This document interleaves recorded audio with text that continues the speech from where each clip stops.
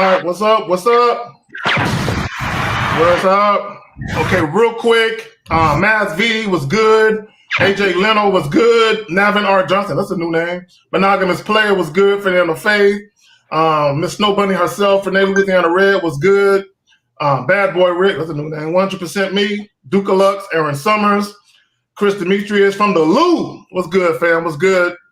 All right, so y'all see we got a new guest, Coach Justin, Mr. Justin. Which do you prefer to go by? Mr. Justin's all right. Thank you. All right, there we go. Mm-hmm. So before we continue, we'll start from Justin, and if you guys want to plug anything before we get started. Yeah, we'll go for that the April convention, man. Oh yeah, sure. Yeah.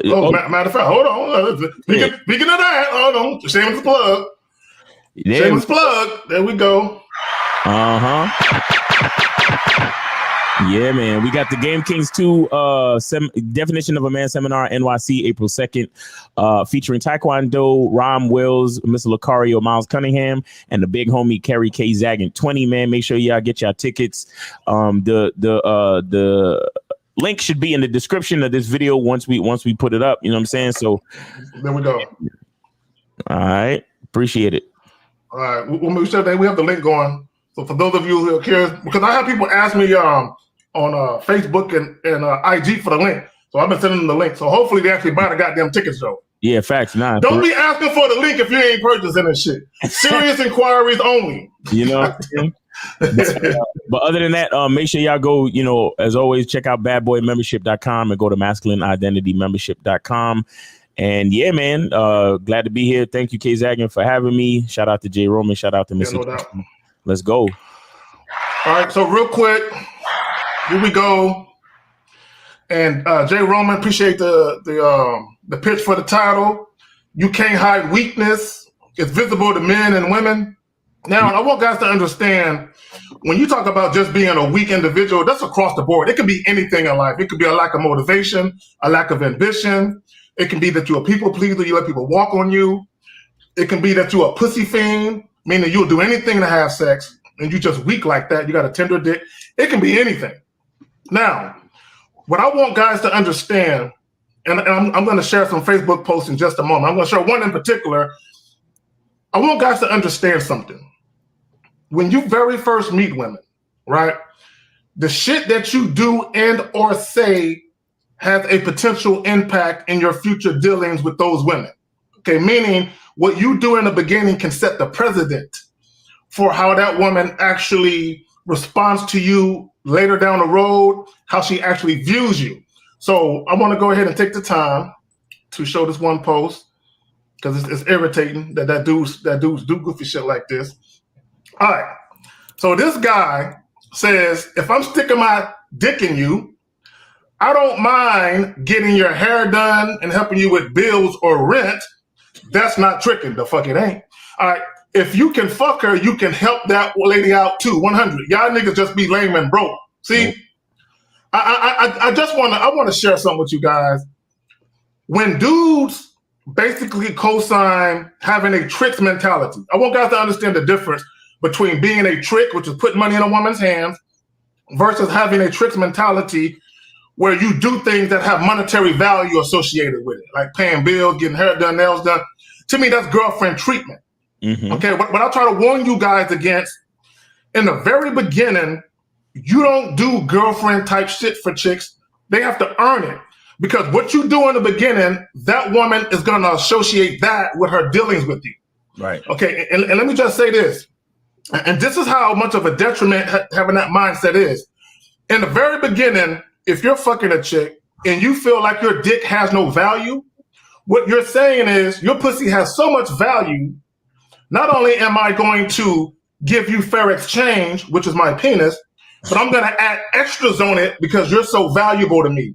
Right. Having access to you sexually means so much that I feel like me offering sex to you or my penis in return for you offering sex in your vagina isn't nearly enough. So I have to compensate you more. So what he's doing is he's overvaluing access to her sexually while devaluing access to him sexually. That's how I look at it. But also what happens is anytime they have sex, she's going to associate him spending money on her with the sex. Meaning, if he went a month without spending no money or paying bills, she's gonna look at him funny. Mm-hmm. And she's gonna cut off the sex. She's gonna start rationing the sex, and she's gonna barter the sex. It ain't no different than if you take a woman on 3 or 4 or 5 dates and you're not having sex, and then you start having sex. Now she associates sex with dates. So if you start having sex and you take off a month with no dates, she's gonna look at you funny and she's gonna question you. You guys got it. Get it, Mr. Justin. You the guest, man. Come on. Yeah, cool. I appreciate that. Yeah, I'm like, there's what you pointed out something really important, I think, with the devaluing, right? And because if they have to add on other layers at that onset, that already shows that they're not believing what they have. They're not believing in the value of what they have, just their presence, the things that are in their minds that they can transmit to the woman through their mouth and as well as their dick. So that is full of doubt. And so to compensate for that, they're moving on with different things to add on to it, almost like a distraction, right? And so they're coming in at 20% and they say, okay, I'm going to do all these extra things to then make up that 100%. They're adding on 80% of their time, their resources, their emotions. They're breaking plans with other people. And it's one of those classic things where, I remember having friends like this, like back in college, where they'll start seeing somebody and then they'll just vanish. Yeah. Right. For like 4 months. And then they come back and they're like, bro, where'd you go? Like, no more answering the phone, no more making plans. And like, what's going on? Why are you like, oh yeah, we broke up.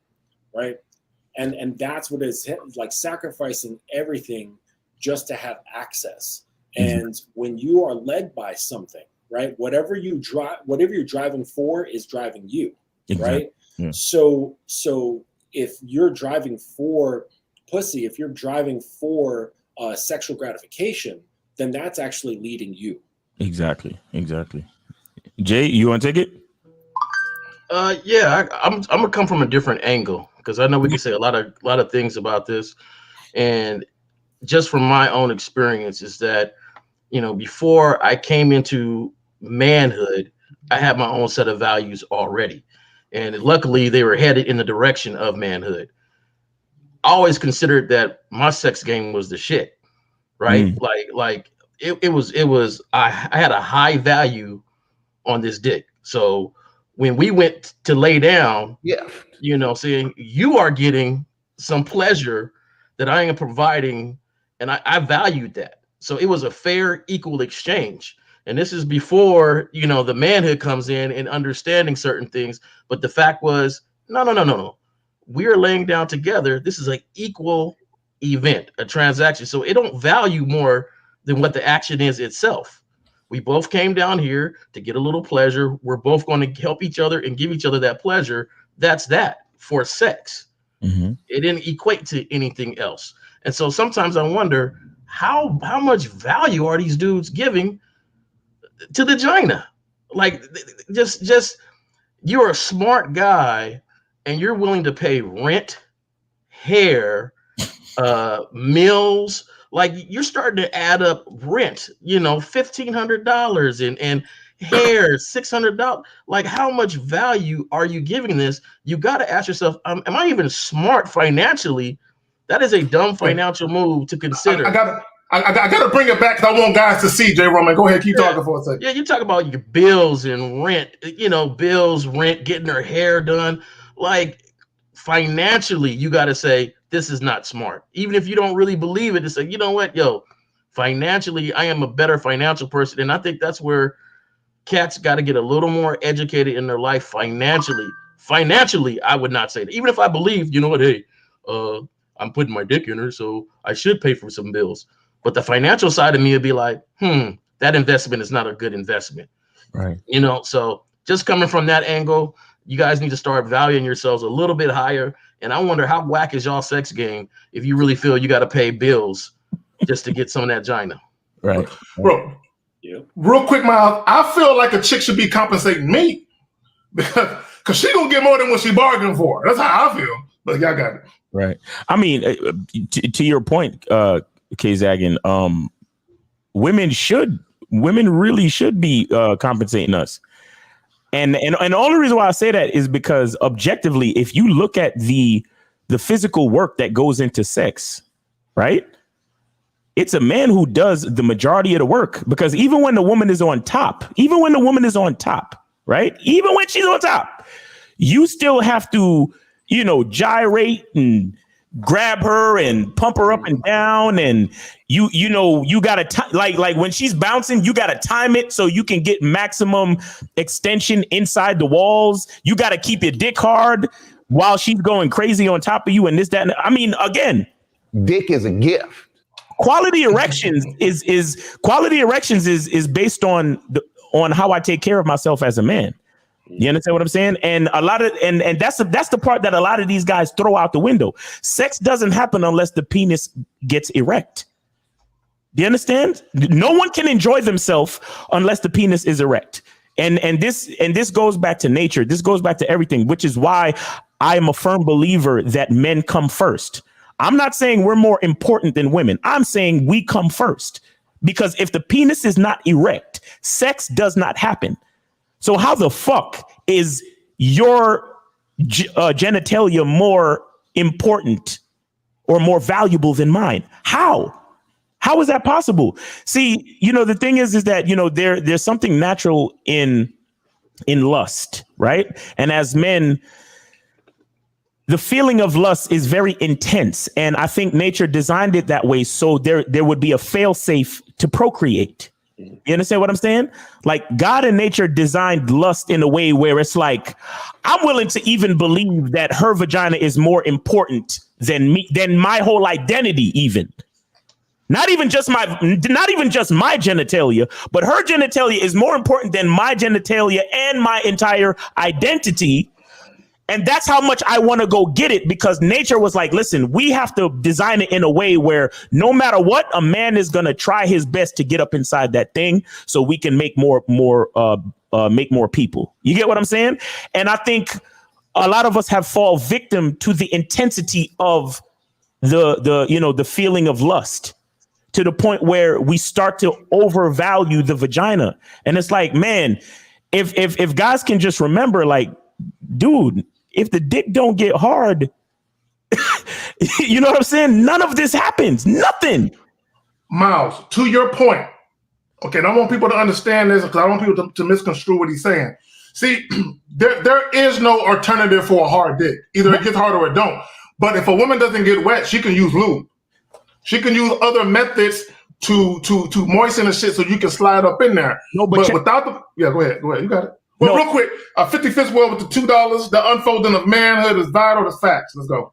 But listen, bro. Let me tell you something.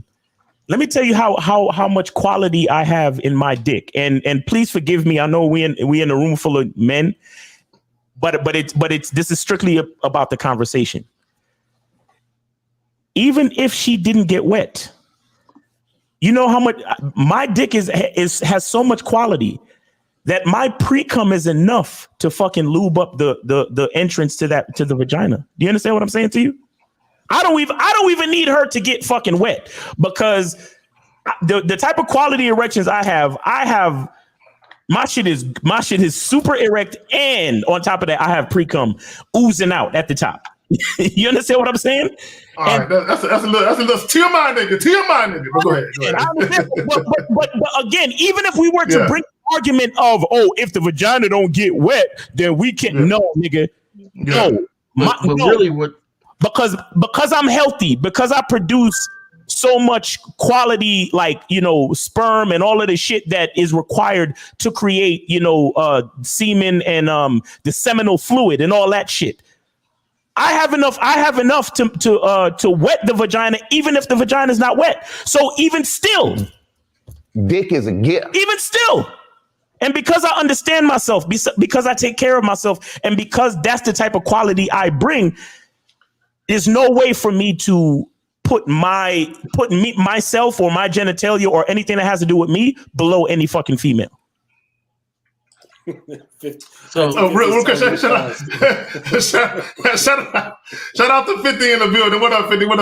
No, I completely understood this point. He just basically detailing the value of his shit. You know what I'm saying? So I was more speaking about the mentality of coming in.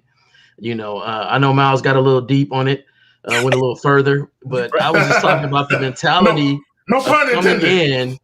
in, of coming into the situation where how are we two people that's coming in to do an act that involves both of us, but Right. I'm going to value your side way more than I value what I contribute to this interaction, to the point. And I think that speaks to the mental, of it. And so, we can just go from there. Right. We can go from there. Well, there's like on the lust part, there's I don't know if anyone's familiar with the term limerence. And yes. And that's a stage like early on where guys and women will be feeling that lust to be together. Mm-hmm. And my theory is that we have evolved to have that because long time ago we had a mating season just like other mammals, but that wasn't working out, and now we have to have a reason to continue to have sex, and those chemicals are that. But that's just an idea. But anyways, when you're in that period of limerence, which is I think like anywhere from like 1 month to like 5 months, something along those lines, and where guys are just not thinking straight because their brain is full of dopamine and all this other shit that makes them want to fuck constantly. Mm-hmm. And that's when dudes who don't have enough game think that they're in love. They start doing stupid stuff. They start spending more of their money. They start breaking plans with other people and start formulating their lives around the opportunities to act off of those heightened brain chemicals, right? And then after they simmer back down, you'll notice a lot of breakups happen, right? Because now they're thinking straight, and they don't have that feeling that's pushing all of their behaviors and their choices. So It's really important that when you meet someone and you're having a sexual relationship early on, is to try your best to stay level-headed and understand that your processes and your choices are all being modified by these brain chemicals. Exactly. So that's why you should try to stretch things out only that once a week, right? Because the impulse is to be on it constantly, right? Exactly. But you have to tailor your time and those impulses once a week, and you stretch it out over a period of months. Exactly. To go beyond those that limerence period, and now you're 6 months plus, and now you can think straight, and now you can start looking at things like, okay, this is for people who don't have a lot of experience, right?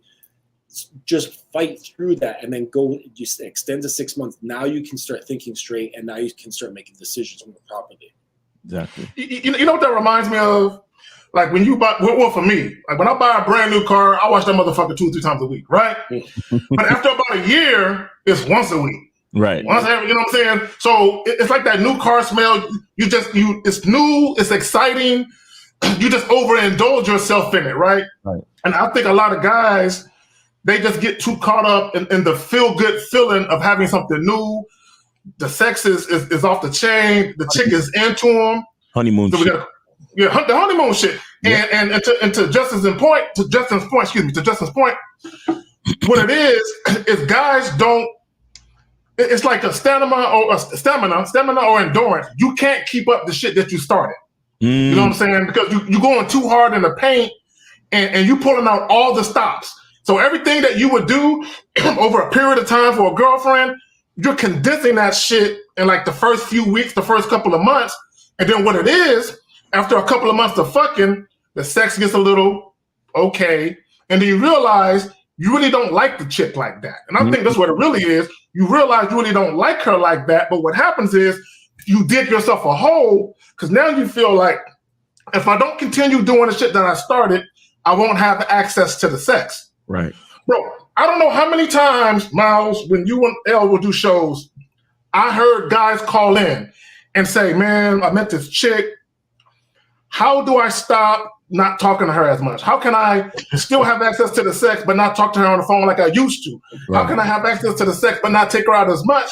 Because they realize I did too much. Now I back myself into a corner, because if you stop, you will lose access to the sex, because you can't call it back. As I said earlier, the woman begins to associate all that extra shit you did with the sex, It becomes a symbiotic situation where you take me out, I reward you with sex. Right. You buy me something, I reward you with sex. So now you have a full-blown transactional situation that you started because you were so fucking desperate to get the sex. Y'all got it, man. I'll talk about it from this point. And Zach, I wanted to ask you, did you have any other like Facebook posts to put up? Hello? I think you're muted. Yeah, I do. Hold on, real quick. Let me grab it. Well, while you're grabbing that, what I wanted to mention, because what you just said about the reward system. And hold on, real quick. Certified Tyrone for the 1999 super chat. He said, "Catch a stream later. Salute." Yeah, I just hold on. Let me grab it real quick. That if you're familiar with Pavlov's dog, right? Yeah. Pavlov conditioning, right? That they heard the bell, gave him the food. Heard the bell, give him the food, and then eventually they take away the food and they hit the bell, and then the dog starts drooling. So there's these associated behavior mechanisms through certain repeated stimuli, right? So if you keep doing this, you're adding the extra stuff, you're creating Pavlovian conditioning with the woman to associate, okay, I'm going to feel good, I'm going to get these things because of this external stimuli. When you can just do that with your presence alone, right?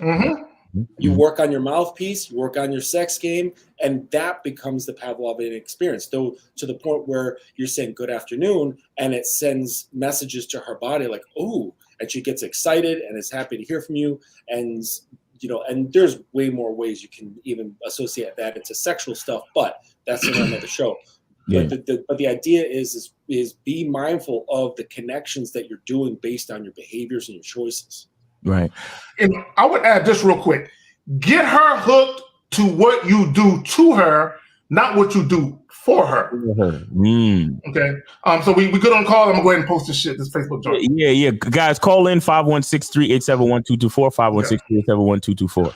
Okay. So this guy says, I want a girlfriend that I can spoil and take on dates. Okay, let me tell you why I got a problem with that. Now, if you got a woman and she's worthy of you being thoughtful and considerate of, and you want to do stuff for your woman, there is nothing wrong with that. I would never tell a man not to buy his chick flowers, take her out, get couples massages, whatever you guys are into. What I don't like is he wants a girlfriend just so he can spoil her. My thing is, why would you want a woman just so you can spoil her? What type of value does she bring to you that she's worthy of being spoiled? Right. That's my only issue. Y'all got anything you want to add to that? Yeah, I'll just say that there's nothing really wrong with the statement, because he says, I want a girlfriend, right? But if we are looking at the game consciously and we understand the rules of the game, like some of the rules that are on the Bad Boy membership, badboymembership.com, we talk about the vetting process. You understand? The vetting process is a 12 to 18 month time period where you are establishing consistencies between you and that woman. You understand? And she doesn't get the title of girlfriend until that time. You understand? And that's even if it's necessary, because it's not always necessary, because not every woman necessarily wants to be your girlfriend. But the bottom line is establishing consistencies, because like when you've reached a certain level of consistency with a woman, you can do things for her. You can buy things for her. You can take her on trips. You understand? Because she's shown you over a course of time, and she's proven that she's consistent. She's proven her level of respect. She's proven her ability to bring benefit to your life. She's proven her ability to, meet your requirements with consistency and proof over time. You understand what I'm saying? So there's nothing really wrong with the statement. You just got to understand that a girlfriend doesn't come pre-made. You have to build a girlfriend brick by brick. You get with the female, you build the girlfriend. And now I've got an issue with the statement. Not wanting to have a girlfriend, that's fine. But the word spoil, right? You look at Oxford Dictionary, right? Number one, to diminish or destroy the value or quality of. Number two, to harm the character of, right? Someone, especially a child, by being too lenient or indulgent, right? Or it's goods or stolen when it's a noun, all right? But it's to diminish or destroy the value or quality of. So that's what he's saying. He wants to what is the other one? It says to indulge, and by being lenient to her Right. which will diminish her value. Yeah, you're right. You're right. Yeah, the spoiled part is definitely one of the most detrimental parts of the statement. You're right. Yep. You're right. You're right. Because even what I'm saying, even after the vetting process, you still can't spoil a woman, right? You still can only, even if she's your girlfriend, you can still only give her what she deserves. You can't reward her. Right. You're right. Give Not her spoil. a reward. Yeah, it's having a good reason why. It's not an issue of the doing, of what you're doing. Okay. It's important to understand why you're doing it. That is important, right? You want to get your girl a new pair of shoes that she's been your girl for a long time or whatever. You want to do something with her or do something for her, but understand why you're doing it. Why does she deserve this sort of treatment? Why does she deserve that object? Or why does she deserve to go somewhere or experience something? That's the really important thing. I'll take it a step further. It's like if you have a child, right? And your child isn't doing well in school. And they're not listening at home. They're not doing their chores when you tell them. And Christmas rolls around and you get them everything that they want simply because they're your child. It's kind of like a girlfriend, fiance, or wife. You're doing shit for her simply because she has that title. But she's not doing anything outside of simply having that title. See, that to me, that's the issue. And back to the comment, this is what I got from it. This is just my personal opinion. A lot of guys, they use women as a conduit. Again, this is what I mean by that. He wants to be happy, but he don't know how to be happy on his own. So he uses a woman. If I can make her happy, she will in turn bring me happipiness back. Right. He don't know how to get it on his own. So he uses. It's kind of like he's a people pleaser. He's the type of guy that acquiesces to a woman. He pacifies his women. He does shit at the behest of the woman, believing if I can make her feel good, if I can do something, she'll show me a debt of gratitude and she'll reciprocate it. And it don't really work that way. And what it is, and it goes back to what we said earlier, you're overvaluing the situation, believing that just because this woman is in your life, she's halfway pleasant to deal with. You're getting some sex out of it. And if she's dealing with you, you feel like I have to show my appreciation that she's with me. I have to constantly do shit for her to show her I appreciate you being in my life. Right. And my thing is, I think that's the wrong way to look at it. Okay, and I'm not saying that's how he looks at it, but without any context, that's just how I take it. Right. I could say. Yeah, go ahead, Jay. The first two things that popped in my head after reading that statement was, one, what do you want to go do that you need her to go do? You know, which to me is like, you know, I go to movies by myself because I want to go see that movie. Right. Now, there's times when I say, hey, do you want to go to the movies? They say, I don't want to go to movies. That doesn't mean I'm not going to go. That means I'm going to go see that movie. It didn't really matter. So what are you stopping in your life that you can't go do, to go out and spoil? Do you mean to go somewhere, to go on a trip? You can't go on trips by yourself or anything like that. So to me, it's like, where is yourself? How much do you really know yourself if you put too much value into her? And the spoil part makes me feel like he's trying to spoil her to give himself a feeling. And when you give that feeling of I'm the man because I spoiled her, really you're putting too much value in her because you're not going to get that feeling without her.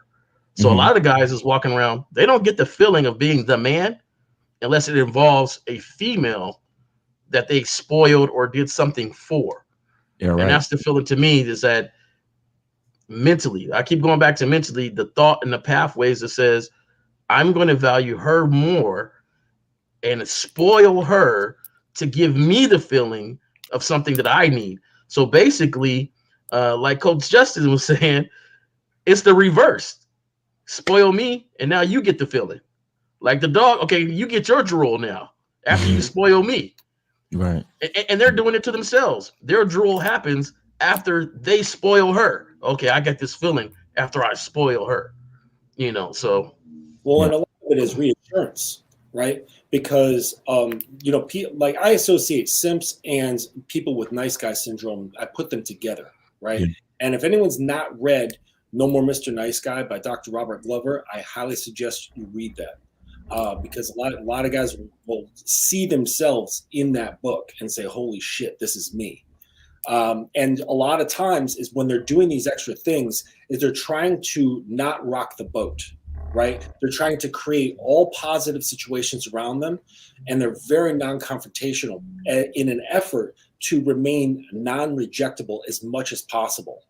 And usually where this comes from is having a codependent relationship with one's mother. And they try to do everything to stay in the good graces of mom so that she will accept him. And then she starts putting him up to, other tasks and becoming, like a surrogate man of the house. And then so that kind of like dissociates him from actually being a child. And then that just never goes away, right? Unless he like deals with it. But often people are just not aware of their own behaviors, so that they just continue this into their adulthood. And they try to do the same sort of shit, the placating stuff, not trying to rock the boat, trying to be accepted, because they never cut that umbilical cord because they're afraid. They're afraid of the confrontation, right? Yeah. I'll say this about reciprocity. I think especially when men seek reciprocity, I think it's kind of it's a indication of weakness, right? We talking about you can't hide weakness, because you hear a lot of these podcasts, these guys on the podcast talking about, hey man, because I'm doing this and I'm doing that, and the female never reciprocates, bro. And then it's like, listen, man, looking for reciprocation when you are not the same as the other person is asinine. You understand? Like, I'm not the same as a woman. You understand? The way that I handle myself, the way that I love, the way that I treat, the way that I bestow game, whatever it is, the sex that I give, whatever it is, the treatment that I give, I can't expect her to give me the exact same thing back, because we're not the same. Men and women are different. You understand? And a huge part of the weakness is that men, again, we don't see the value in ourselves. We don't see ourselves in a certain perspective where we have a certain like mystique or prestige about ourselves. Like, we literally think we're equal to women. How am I looking for reciprocity from someone that's not equal to me? You see what I'm saying? How am I looking for you to give me back the same thing that I gave you? And that is a whole other conversation, because if we understand the idea of giving, if we truly understand the idea of giving, we understand that giving is not transactional. You understand? Giving is giving, and you only give when you have it to give. I was on my morning conversations the other day, and I thought about this as a, like a volcano. Or a mountain, right? Where it's like you have to be at the apex of the mountain. You yourself, your identity, you as the man, you're at the apex of the mountain. You understand what I'm saying? And you have to make sure that everything about yourself is abundant. You understand? And everybody else in your life, everybody, your mother, your siblings, and your girl, whoever, your friends, everybody is on a lower level of the mountain. You are at the apex. Now, if you look at a volcano, when a volcano erupts, whatever is at the apex gets first dibs on the eruption. You understand what I'm saying? And then everything else trickles down the side of the fucking mountain. You understand? So it can never actually be reciprocated if I'm abundantly able to give from my, source of confidence, my source of my resources, my generosity, my thoughtfulness, my masculinity. You understand? Because how is she supposed to reciprocate masculinity when she doesn't have any, she doesn't have any masculinity? You understand? She may have testosterone naturally because she's a human being, but she doesn't necessarily have masculinity. You get what I'm saying? So equal and equivalent reciprocity is impossible. So looking to a woman for reciprocity and for her to validate your, what you gave her and all of this other type of shit is just more proof that men don't really know their value, and they see themselves as equal or less than women. But y'all got it. No, you know what it reminds me of, Miles? It reminds me of, like, I'm the type of dude, if people are behind me, I'll hold the door for anybody. Okay, right. It doesn't matter if it's man, woman, child, or domestic pet. I'm holding the door. Right. Or I'll hold the elevator. I don't do it because I expect a thank you. or I expect them to say something that's not. I do it because that's just who I am. Right. You know what I'm saying? So even when people walk through the door and they don't say shit, I might think to myself, rude motherfucker. I might think that to myself. Okay, and depending on how I'm feeling, I might say, you're welcome. You know what I'm saying? But at the same time, their rudeness doesn't stop me from doing it because it's who I am. Right. So somebody showing a lack of gratitude or appreciation for what I'm doing doesn't change the fact that I'm still going to do it because that's who I am. Right. See, if you stop doing something because people don't show appreciation, that means that's not who you are. You always did it because you wanted validation. You always did it because you wanted someone to say something to make you feel good about what the fuck you're doing. Right. Damn, I was going to make a point. Oh, right here. Okay. So this guy, Millionaire Lifestyle, says, so do you only reward a woman after she does something for you like a transaction? No. For me, let me just speak on my behalf. No. It's not about a woman doing something for you. See, this is what guys have to understand. Whatever a woman did to get you to look at her as a girlfriend, she got to continue to do throughout the duration of the interaction. She can't sit there and relax and chill and coast. Exactly. A lot of people get into relationships and all the campaigning and auditioning they did to get that title, they feel like they got it so they can chill now. Right. So my thing is, no, just like you work to get me, you got to work to keep me. Okay, period. So it's not about, oh, she cooked me a meal, let me do something. No, hell no. I'm not rewarding her for doing something that is a prerequisite. You should want to do that. You know what I'm saying? So I'm not going to reward her for something that's a part of what we got going on. But at the same time, I'm gonna when she's stepping outside of the box and doing shit to make sure we straight, I'm gonna acknowledge that. Right. And I'm gonna make sure I show appreciation for the fact that she got my back. So a real quick example would be this. If I'm talking about starting a business, no, you know what? Fuck it. I got a better one. I got a better one. I wish I had the Facebook post. Excuse me. There's a chick in South Africa where she did a Facebook post where her husband was saving up to buy a car. Mm-hmm. What he didn't know is that whatever he was saving, she was matching. She was also saving. So let's say for the sake of argument, he saved up $15,000. Mm-hmm. She saved up $15,000 of her own money. So when he got ready to buy the car, she like, hey, I got the $15,000. She came with him. No, now you got 30. I was saving up 2 for you. See, that's the chick that she'd be like, I got you. I got you. Because she didn't do it and say, I'm saving up. No, she surprised him, which means I see how hard, and she said this, I see how hard he works. And I want to make my man happy. I want to make sure, I want to surprise him, and I want to see the adulation on his face when he realized that I was saving too. And now he can, not only can he get the car, but he can get a newer one because he got more money to get it. See, that's the chick you step out on the ledge for and be like, I got you. Y'all got it now. Right. Well, that's a characteristic that I look for, and that's being proactive, right? Mm-hmm. So in order to be proactive, one has to pay attention to what's going on and then say to themselves, how can I help? Right.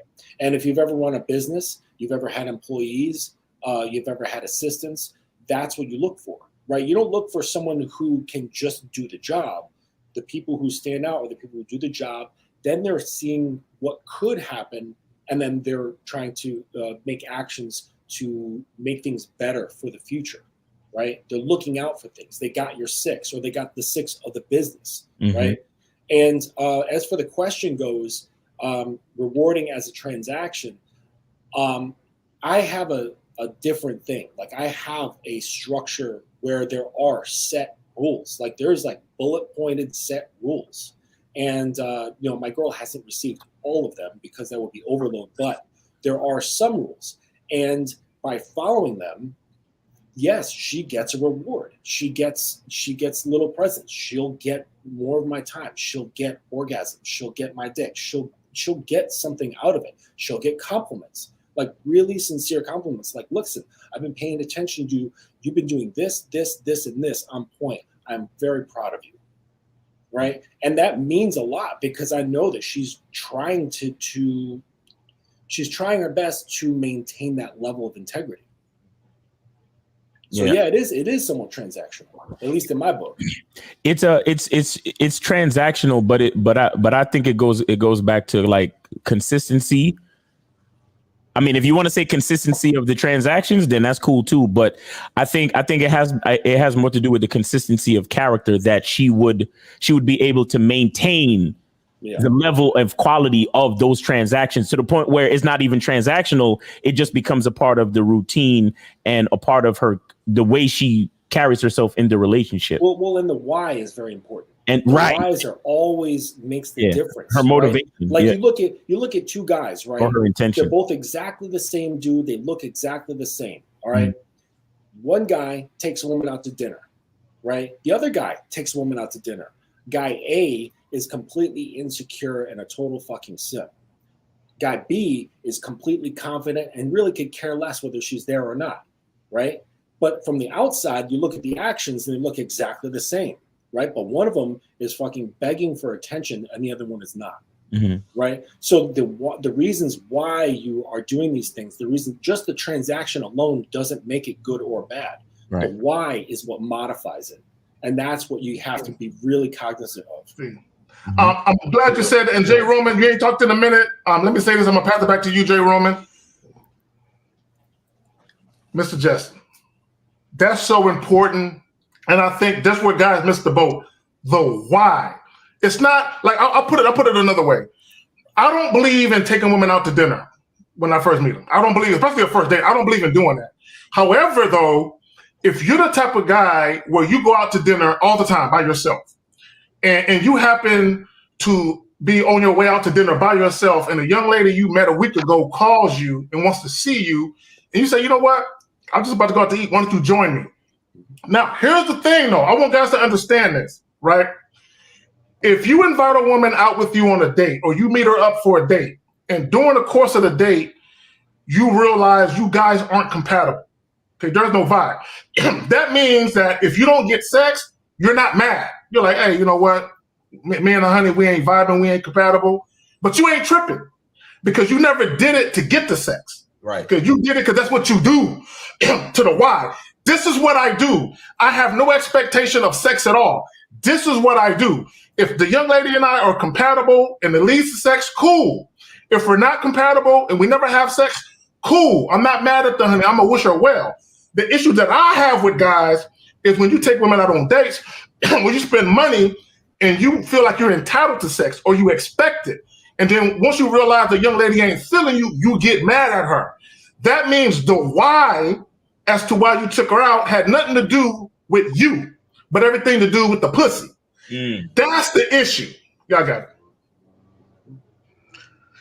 I think that's on point, and that's one of the things that I was going to mention. And where I always go back is the mentality on why we do things, and if that why involves her more than it involves your thought line. You know, does the why involve her approval when it more than it involves what you want it to do? And I think that's where the importance is at. That's why knowing yourself. That's why having a program or already being a man before getting in the relationship helps out. You know. I'm going to take it back to the title. You Can't Hide Weakness. It's visible to men and women. And we went over just a few things, and I'm going to catch some people up if they just join. That earlier we were talking about the interaction with the first post about sex. Well, that involves balance and discipline. So if you've already shown her that you don't have balance, you don't have discipline, then who's running the ship? Right there. Who's guiding who if she's the one that's setting the tone? Then we came in and spoke about the power dynamics of the relationship. So if you're spoiling her, if you're so involved in her, your why only consists of her approval, your power dynamics in that relationship is already off, because you should be establishing yourself as a leader, a head of household, or a head of whatever your ship is. Once that is off and she's that now, it already shows your weakness as a man, you know. So if you're already giving her these little windows of saying this weakness you see, what do you think she's going to do with that weakness? If she can already exploit it, already take advantage of that, because once again, you already established that, hey, as we said before, take me out to eat. I'll give you sex, pay my bills, on so forth and so forth from there. So I just wanted to catch everybody up, bring it back to the title, and it's called the Simp Recovery, because the main thing is I want everybody to understand where you're at in your relationship and be accountable for all the things that you did to get there. Appreciate that, Jay. Thanks. Guys, call in 516-387-1224, 516-387-1224. I got another one for you guys. Now, let me provide some context for. Hold on, let me take this shit off. Let me provide some context for this so y'all can know what's going on. There's a certain passport, bro. This comment was taken from underneath his video.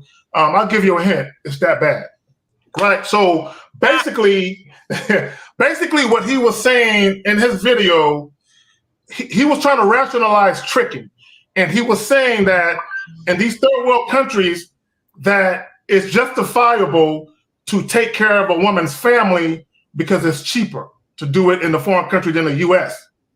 So this guy responding to that said, if you want to keep a woman, that's just the way it is. There's always someone in her family, like, come on, go ask your husband. So basically the whole premise was, if someone in your woman's family, whether it be your wife, girlfriend, fiance, if somebody in her family comes to you and they want something, you should do it for them, because after all, you are with their family member. So basically he's saying, if you want to keep a woman, the expectation is if someone needs you to loan them some money, buy them some shit, do something for them monetarily, you should do it, because after all, you're with their family member. See, this is some sucker shit. Okay, and let me just say this, and I'm gonna be cruel on purpose. This guy who left this post, okay, let me tell you what he deserves.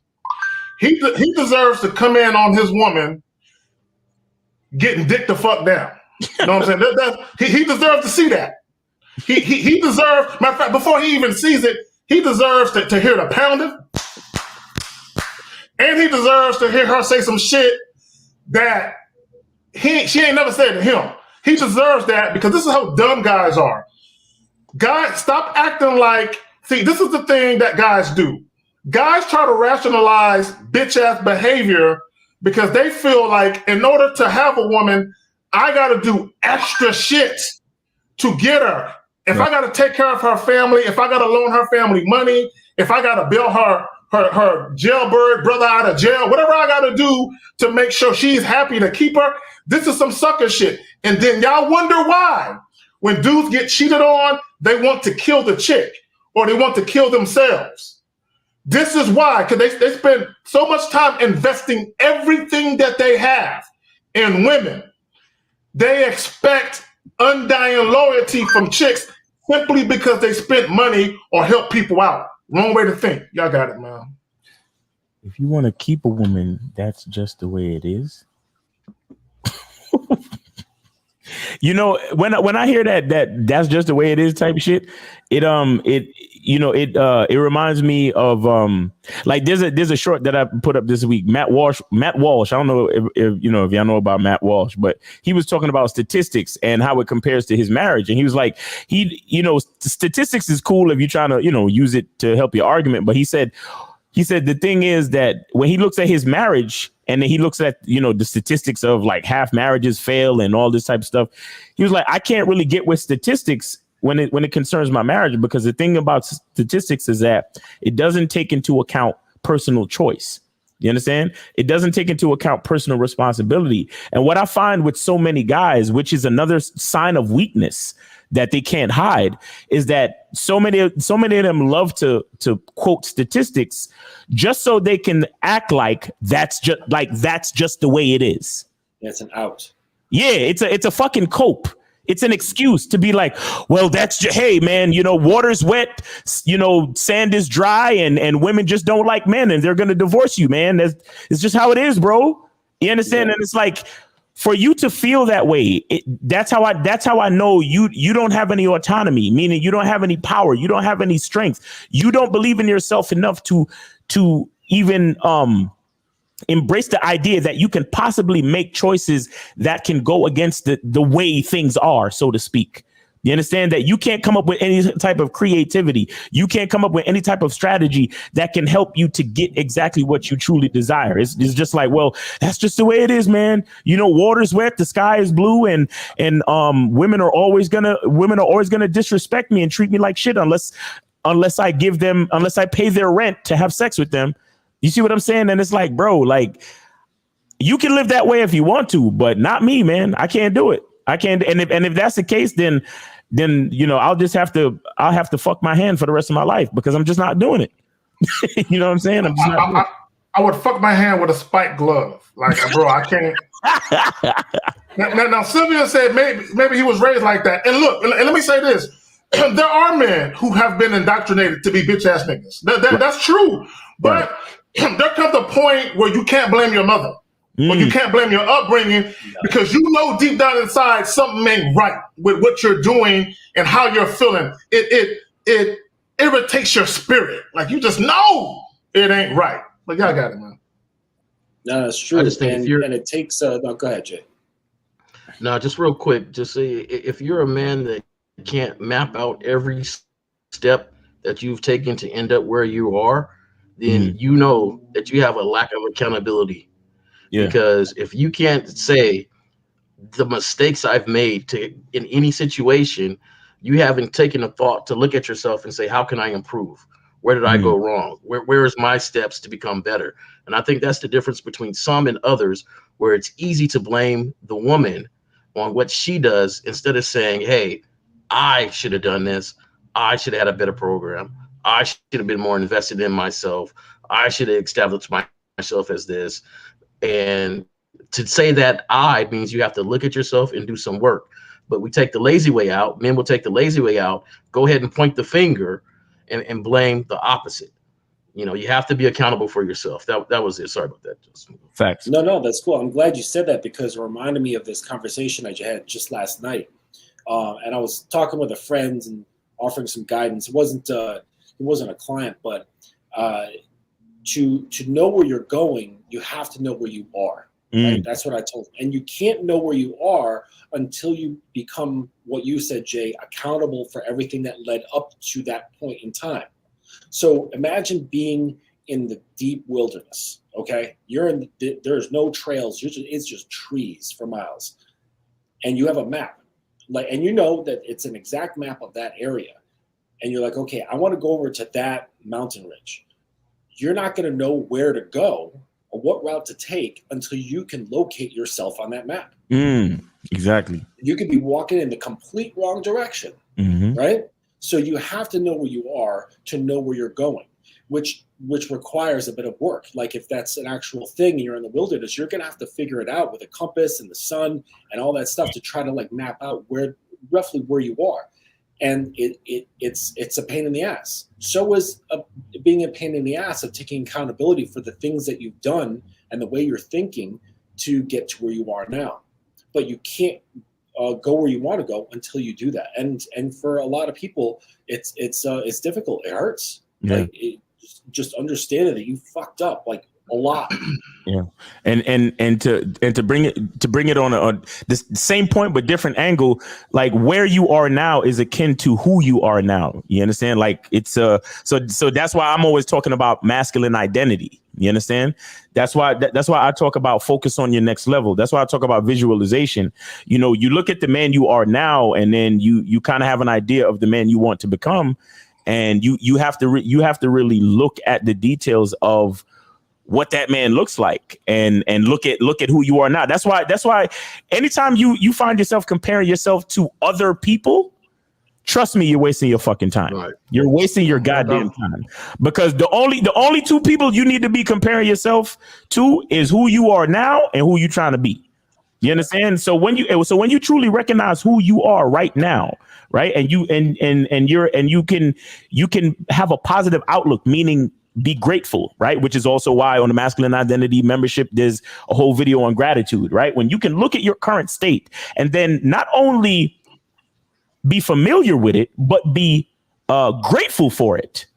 That's when you can start to appreciate things to help you to move forward to the next level. You understand? But again, it has everything to do with you. It shouldn't have anything to do with the female or getting sex or all these other things that so many men put before their own identity. And see, look, we even had a guy on the show Lucario and I did last night. We had a guy that called in, and he was talking about the fact that he wanted to go to a restaurant or something like that. And he was like, yeah, so, I wanted to go to this restaurant, but I was trying to invite this girl, and then we was like, so why couldn't you go to the restaurant by yourself? And it could not get past his mind why he would want to go any place by himself. He's like, well, why would I want to go there by myself? Especially if I go to the restaurant and I see other people with their friends and their family. And why would I ever be in a place like that, in a public place by myself? And I'm looking around and everybody else is with somebody else and blah, blah, blah. Why would I do that? And we was trying to be like, oh, so he was like, it's boring if I was to go there by myself and this, that, and the third.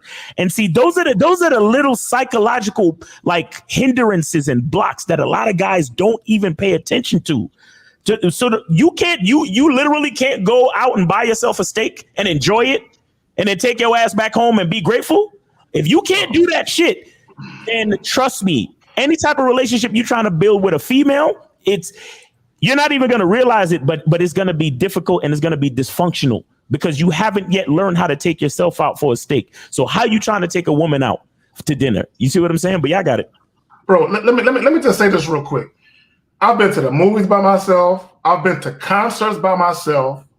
I've been to pool halls, bars by myself. I go to a pool hall. We got a call. Let's get that motherfucker before that drop. All right. Fuck the pool hall story. Fuck that shit. Oh, they hung up. Okay, they hung up. I don't know. Man, you motherfuckers. God damn it. Anyway. Maybe he was interested in the pool hall story. hey, call back. I like going to the movies by myself, especially at odd times. When I can have the theater relatively empty, matinee type shit. Exactly, and I take those handicap seats. Yeah, so I can stretch all the way out. My feet are out in the aisle. Yes, right in front of me, and I'm just by myself. And they situate those so no one can sit next to you because they need room for the wheelchair. Right. Yep. Exactly. There's a lot of extra room. So that's what I do, and it's just treating myself like. And I don't know. It's fun. Well, let me tell you how real it is with me and how far back I go with it. I've been taking myself to the movies and to the concerts since I was in high school by myself. Because I had a job since I was 16. While you niggas was taking bitches to the food court in the mall, nigga, I was by myself. You know what I'm saying? I like doing shit by my goddamn self because I'm gonna tell you, and this is just my personal opinion. There are very few women that are worth your time non-sexually, where you can kick it with them and all that. And I'm not saying that to denigrate women anyway. I'm just saying a lot of you motherfuckers really ain't that fucking likable. I just got to be honest. You know what I'm saying? So I like spending time by my goddamn self. Now I got one more joint I'm gonna show y'all, and then we're gonna get it in. Hey, call in number is 516-387-1224. Stop being the bitch. Call in. So this guy says, I still can't believe I spent $150 on dinner and didn't. Yeah, he's talking about getting pussy. Yeah. Even bought flowers. I'm done being a nice guy. Look, let me tell y'all niggas something. Okay, and I hate to be the bearer of, hold on. I hate to be the bearer of bad news. Right. But you were never a nice guy. Right? Because you did it with the see, this is why nice guys lose. This is why women don't like y'all. Because once women give you resistance or tell you no, then you start acting like a dick. Okay? And you're showing who you really are. So what you did was you perpetrated a fraud and you pretended to be the quote unquote nice guy, good guy, just so you can get the sex. But once you realize you couldn't get the cheeks, you're like, man, fuck that bitch. And she looking at you like, that's the real you right there. Right. As soon as you said, fuck me, or you said, pay for your own meal, bitch. That's the real you right there. That passive aggressive nigga. Right. This is why all you passive dudes, all you indirect guys, you guys who aren't transparent, you pretend to be someone that you're not. Women seen you before. Shout out Steve the Dean. They seen you before. They know the game. He's just doing this. He's acting like he's considerate. He's acting like he's compassionate. He's acting like he's thoughtful. He's doing all this just to get the sex. But once I tell him that he ain't ever gonna get this ass, I gotta prepare for him coming out through. This nigga might shoot me. He might pull out a machete and chop off a limb. This nigga just might go left. Yeah, I got it. Sylvia Love Jones actually said that earlier. She said that's why she liked to go Dutch, because when they find out that it's not happening, I don't want him to harm me. I think she said something like that. But we got 248. Let me catch him before he get disconnected. 248. You on live? Manhood is a skill set show. We got Mr. Justin, J. Roman, Miles, and K. Zaggin. What's going on with you? 248. What's up? This is the realest. I my phone died. Okay. What's up, man? How you doing, man? What's going on? What's up? So look, I wanted to touch on a subject, but it's not on the topic. Is that okay? Yeah, go ahead. So K Zaggin, you made that video talking about women can separate emotions and sex. I was gonna call the last on the last. Yes, they can. But I don't necessarily agree with that. I wanted to call in and see if you could like clarify. Like I don't really agree with that. You're muted, man. Oh, my bad. You don't really believe that women can separate emotion and sex? You don't believe women can do that? Hold on. I'm gonna ask you a question. Go ahead. You got it. This what I'm saying. Women can for sure. I'm not saying that, but in the video you were saying that the majority of women. You said the majority of women just out here casually fucking. That's the one that I wanted to come across. So I was like, how do we know the majority? And it's like a large amount of women. Okay. Like. Okay. First of all, let's be clear. Hold on. The percent. Now I don't know the percentage. Okay, I'm not no stat nigga, but I'm gonna tell you right now. This is based on my own personal experiences since I was knee high to a grasshopper and fucking. Right. Here's the thing. Women go through stages. So you'll have some women, they'll start off as promiscuous women, and then maybe they'll chill later on. Or you'll have some women that they just promiscuous their whole fucking life. Then you have other women, they might get married young, or they might get into long-term relationships young, and then after that relationship doesn't work out, then they'll start doing the promiscuity thing later on. Here's the reality of it is. Here's what the reality of it is, rather. The percentage of women who only engage in sex after they've known a guy for a significant period of time or relationship type of situation, that's a small percentage of women. What that percentage is, I can't say. But the majority of women now listen to what I'm about to say. The majority of women, meaning the women you would encounter on a regular basis, they have engaged in casual sex, or they will engage in casual sex at some point, or they are currently engaging in casual sex. Just because a woman is a quote-unquote slut in her 20s doesn't mean that, because you have women all the time that do the abstinence things and the celibate thing. Now, I don't believe that shit when they tell me. It don't mean that they lying. I just don't believe that shit. But when you talk about women can't separate emotion and sex, yep, they do it all the time. Mm-hmm. Women, bro, I don't know why y'all niggas think that women get all emotional about some dick. Okay? Because here's caller. Think about it like this. They do off a good dick. Well, off a good dick, but not only good dick, Justin. It has to be consistent good dick, and there has to be some other elements where they just feel connected to you and they can't let it go. The reality of it is, Justin, most dudes ain't fucking like that though. The average guy really ain't. That's what I was gonna say as a support to what you're saying. So, caller, the vast majority of guys they're on the bell curve, right? They're just average, and they're not able to get into a woman's psyche who can fuck the pussy between her ears, in her heart, and between her legs simultaneously, right? That's not the average guy, right? So that means the sex that these women are getting are subpar. And then guys who aren't getting sex look at that and go, look at all these promiscuous women out here, right? Mm-hmm. But they're really searching for the dude who can do her the way she knows she can be done, right? But the vast majority of her experiences, so she's like looking for a needle in a haystack, right? And so what she's getting is just kind of subpar. It's like pizza. It's like when it's bad, it's still kind of good. And so she takes it, and because it's subpar, she is able to turn off those emotions and not get attached. But when it is good, when she's getting fucked in those 3 pussies, that's when it becomes addicting, when she wants more of it, and she does not want to let go of it, disrespect it, or lose sight of it. Right. The realist, go ahead. I appreciate it. That was a great Justin, that was a great explanation. Because I appreciate you. I've had sex with women, even the one, my number one right now. Like when we met, like, and I gave it to her like that. Like she's super clingy. So I appreciate that explanation. I appreciate that. Mm-hmm. All right. No You get your car key. You have anything else? Anything else, the realist?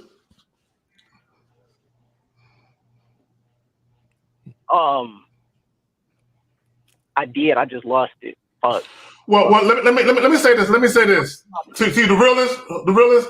The reason why a lot of guys trip over a woman's body count and her sexual past is because they believe that all women's default setting is to be emotionally attached either prior to the sex or after. Right? This is what guys think, right? So what bothers guys is that women can have sex with such reckless abandon, right? They can just go out there, get some dick, you know what I'm saying? And look, I've had too many one-night stands, I had too many trains and all. I've had too many, right? To where I know that chicks don't take sex that seriously. Now, that's not to say that some don't, right? Now, when it comes to women taking sex, trains. Well, I ran too many trains on chicks. No. The train is like 7. Okay, so however many. Well, gangbangs, trains, whatever y'all want to call it. Okay, I've had sex with too many niggas in the room. You know what I'm saying? And one chick. That's my point. I was about to say that's way too many cats in the room for me. Okay, well, I ain't never had no 7 niggas in the room. It's either been, I think, 2 to maybe 3. You know what I'm saying? It's always been a number. My bad, man. That just kind of. Okay, hold on, like. Hold on. Real quick. We might not want to really be saying that too much though. Yeah. You know what? We don't agree with none of that shit. But we do one-on-one love in here. You know what I'm saying?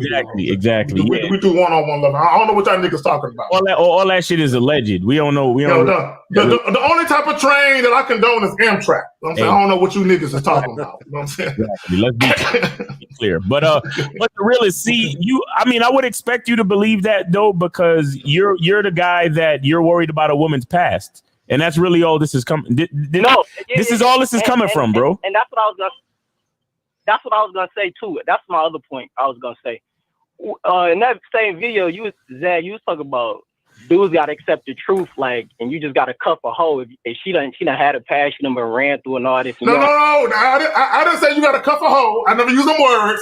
Don't do that to me, bro.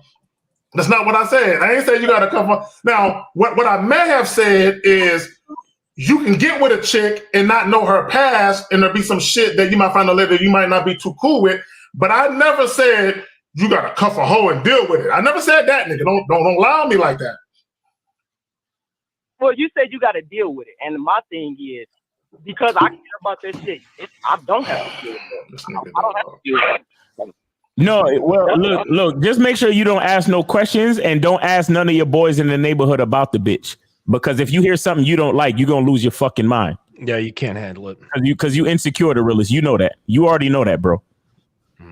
I love hearing a woman's past. I love hearing all the sexual tirades that they've been through. I want the stories. I want the details. I don't care because it's I don't know. It's just interesting stories to me. Like Justin, look. I've had chicks tell me. Hold on, caller.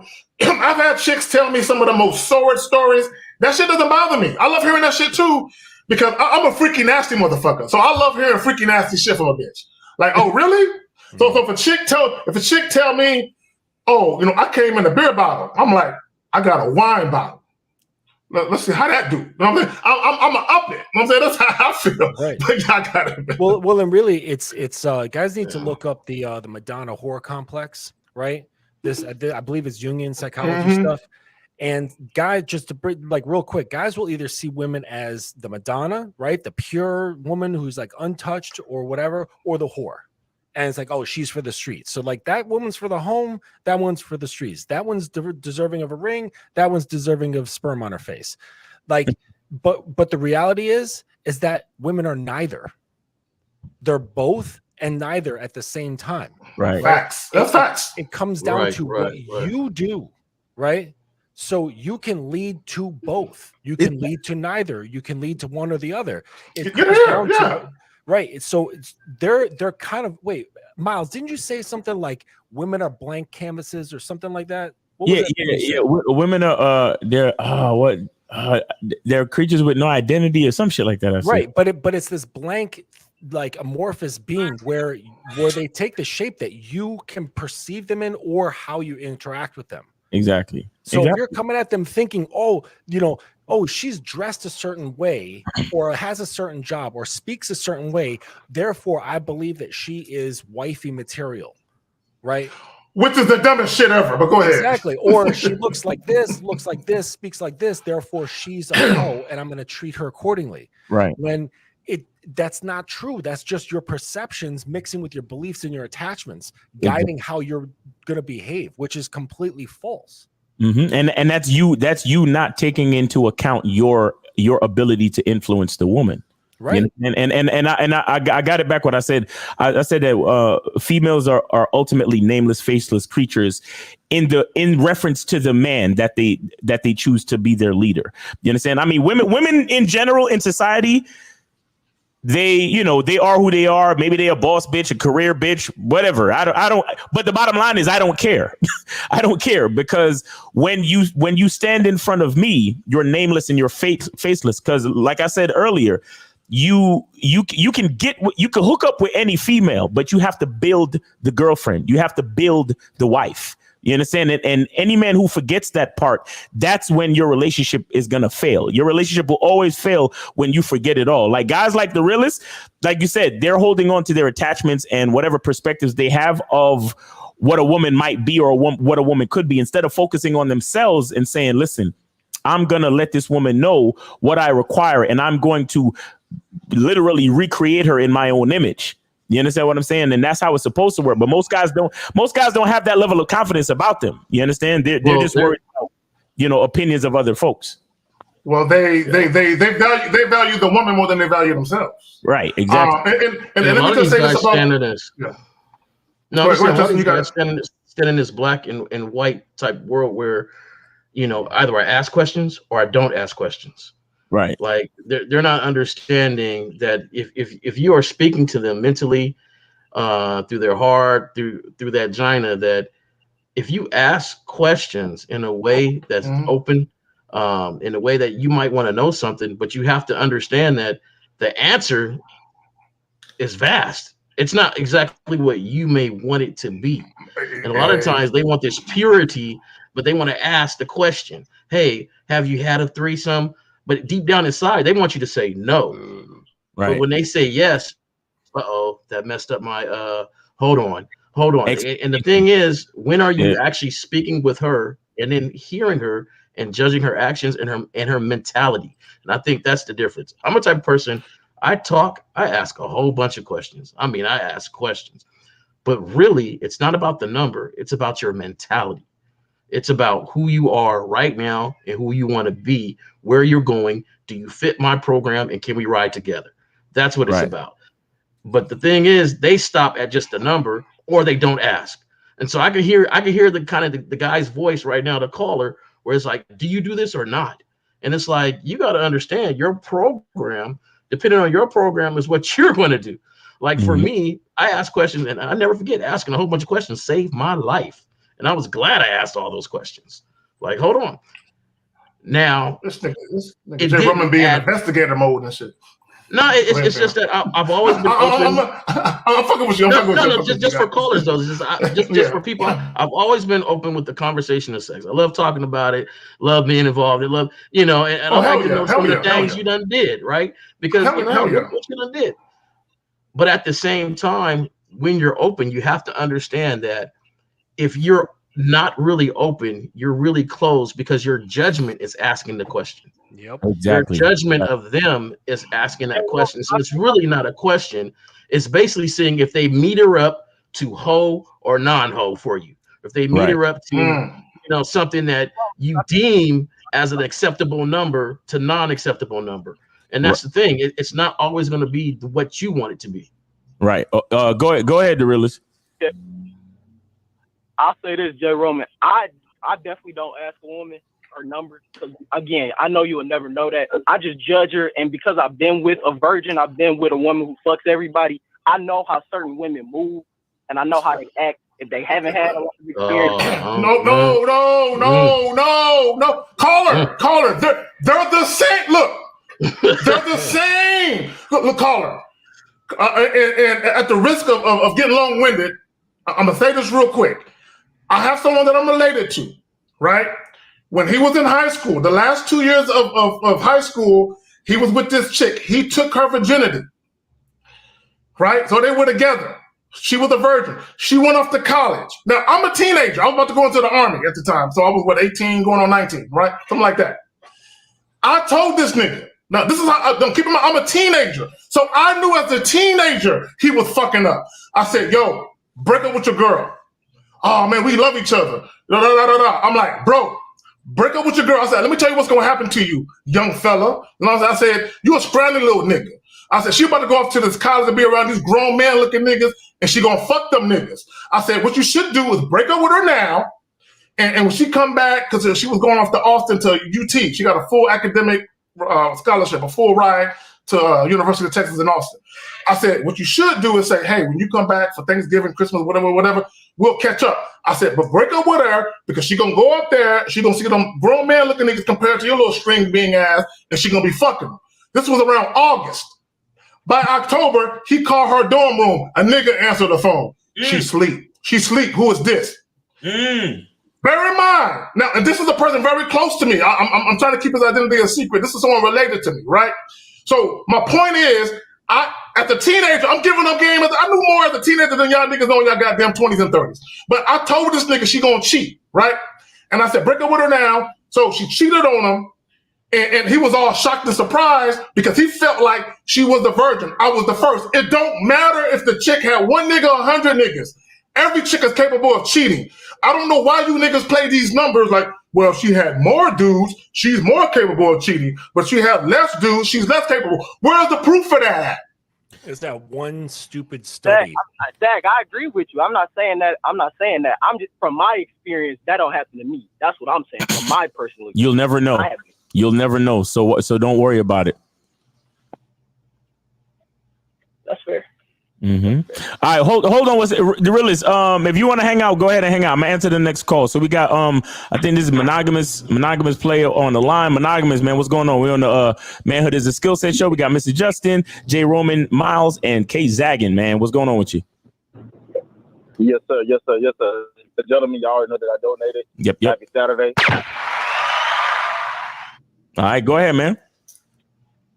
Yes, sir. Real quick. The only thing I just really want to say is, and this is not just for guys, this is for people in general. And these are the three big mistakes that people make when dealing with relationships or casually dating, right? Mm-hmm. The first mistake is people rush into relationships. I say that to a lot of men and women. Do not rush. There has to be a vetting process for things to be real. If there's no vetting process, either y'all living on fantasy grounds or shit is gonna cave in one way or another, right? Facts. Putting sex on a pedestal. A lot of people put sex on a pedestal.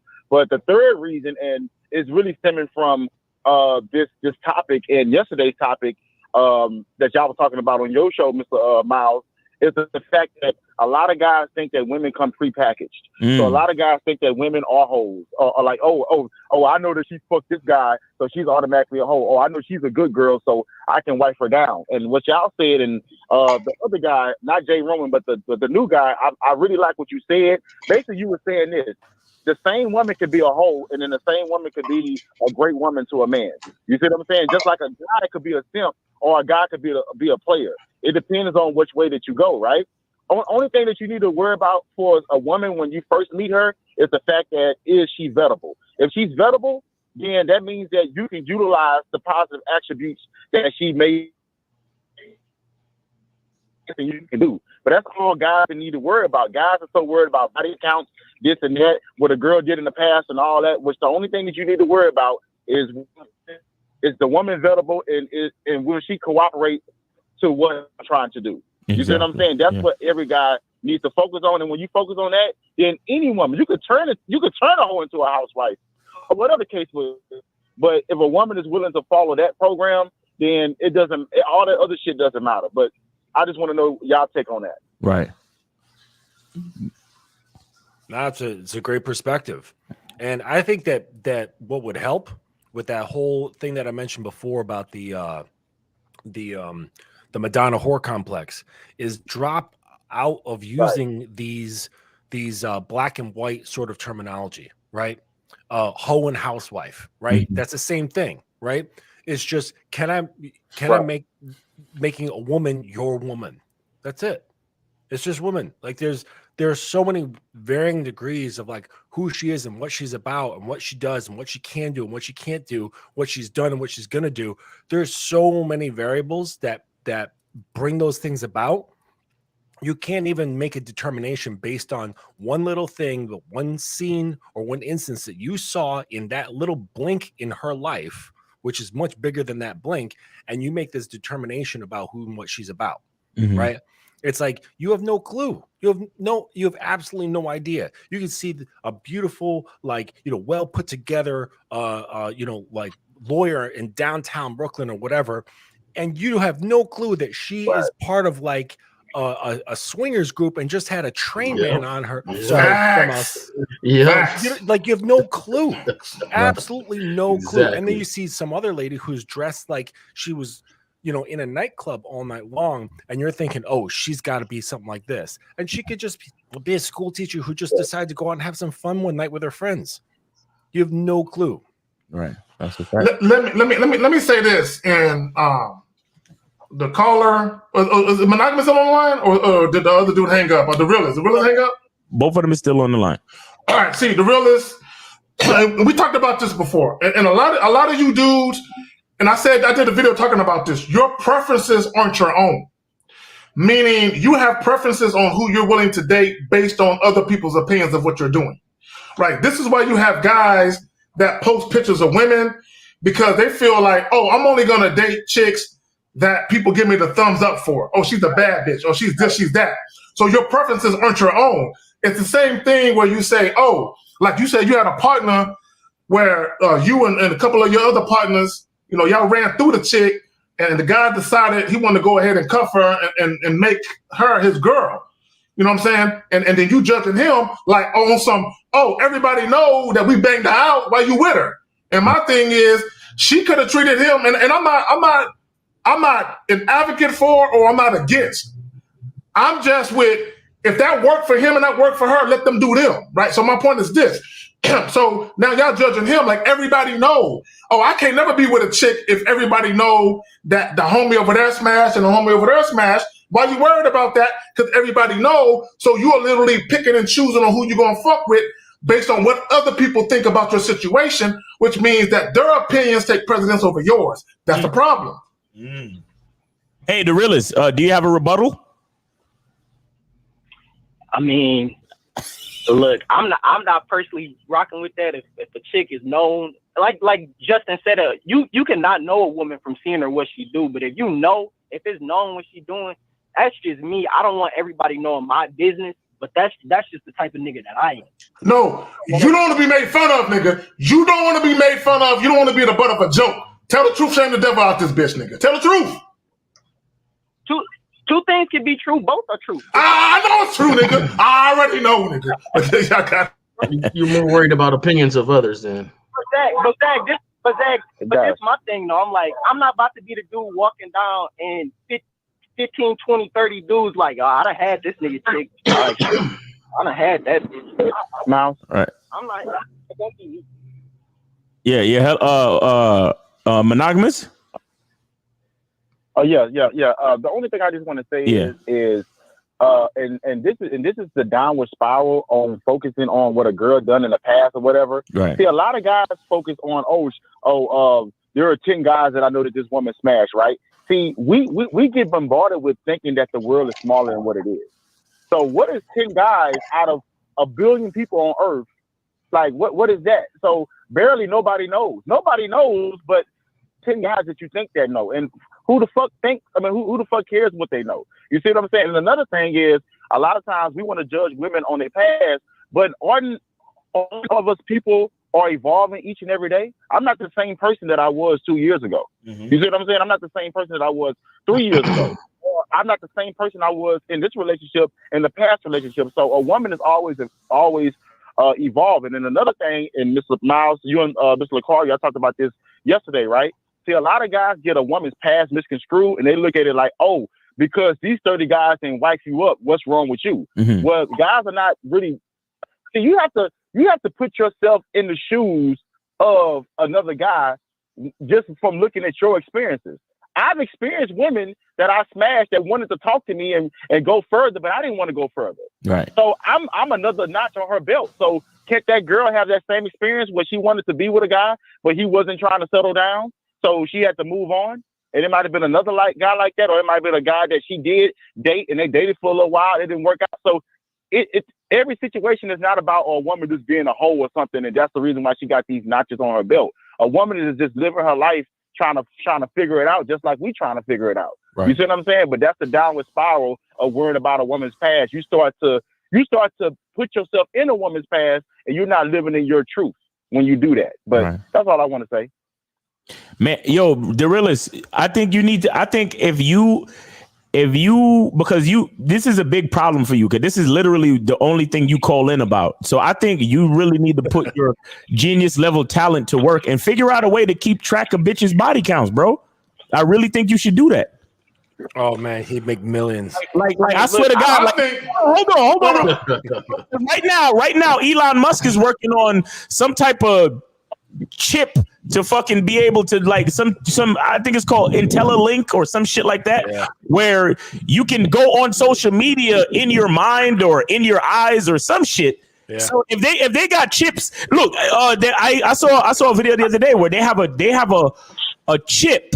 They're gonna start putting chips in medication where when you swallow your prescription pills, it will signal to an app somewhere to let them know if you're taking your medication on time and the dosage.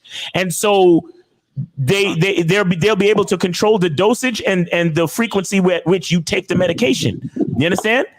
So this thing's on the market already, the realist. So you can figure out how to put something in a woman's vaginal walls to like a clicker for the counter. You know, when you walking in a line and they click. Every time a new dick hit the back of the pussy, you know what I'm saying? It gives a count. You know what I mean? So I got the realist back though, man. I got the realist back. Hold on. I got him. I think they should put a GPS in an IUD. Facts. Oh, put a GPS in that bitch. You know what I'm saying? Put a GPS in that bitch so you can track her. Because you niggas is insecure. And let me just say this about niggas being insecure. Hold on. Let me get back to the panel. That's funny. My fucking light didn't went out and shit. Okay, let me just say this about guys being insecure. See, guys, I'm not trying to shame you. Okay, what I'm telling you, the synonym for being insecure is worrying, is having doubt. Okay, the reason why you niggas worried about a chick's body count or a sexual past is because you have doubt that she could be faithful. You worry whether or not your dick is enough. The majority of you modern males, you are some insecure motherfuckers. Just be honest. If you just admit, I'm insecure, nigga, I think she gonna cheat on me. I think my dick ain't enough. If you would just admit that, I would shut the fuck up. Just admit it. Just admit it. Because that's okay. Niggas just don't want to. Oh, niggas just don't. It's not. I got your back though, man. Hold on. I got your back, man. I understand what you're saying, right? Hey, the realist, you still there? Yeah, I'm here. Okay, man, I got your back, man. What you saying is, if that body count get too high, she can't be with you, because you don't want to walk down the street and another dude look at you in a certain way. You can just feel him looking at you, and you know damn, he been with my girl. Right? I mean, yeah, that's part of it. That's a part of it. Yeah. Okay, and you don't want to be working at an office. You meet somebody at the office, and, then you find out that 3 other cats in the office done smashed, right? Sure. Okay, right. So basically, do you have a set number of body count? So people won't even approach you unless they have that set number? Positive love. They love doing. No, I don't. It's not a set number. I just don't want. Okay, hold on. So you don't have a set number on your requirement, which is kind of funny because if you have a body count phobia, that's what we're going to call it, then you should have a set number on when it's too high compared to too low, right?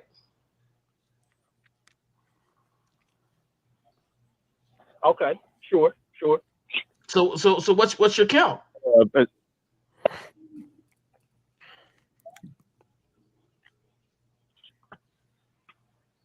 You don't have one.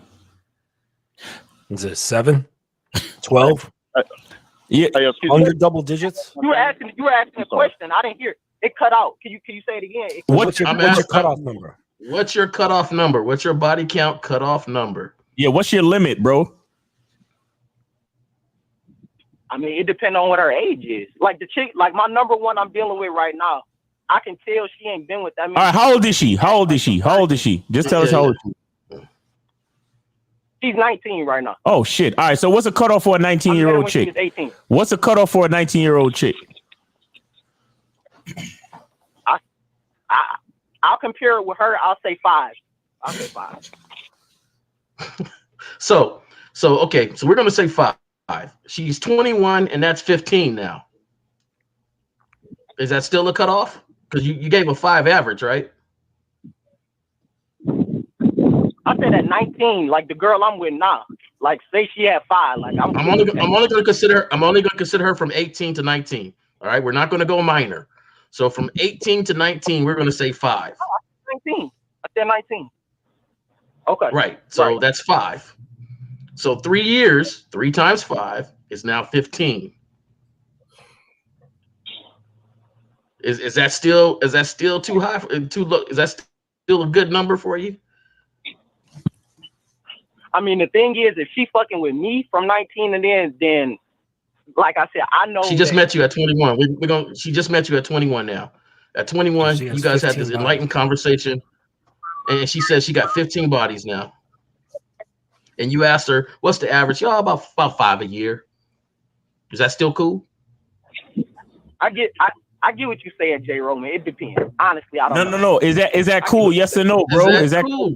It depends on how I feel. I don't know. Honestly, I don't know. Hey, Okay. One thing. Yeah. Go ahead, Monogamous. Go ahead, Monogamous. And guys, sorry guys, because I got to go tutor, so I got to leave. Okay. The only thing I just want to say is to the realist.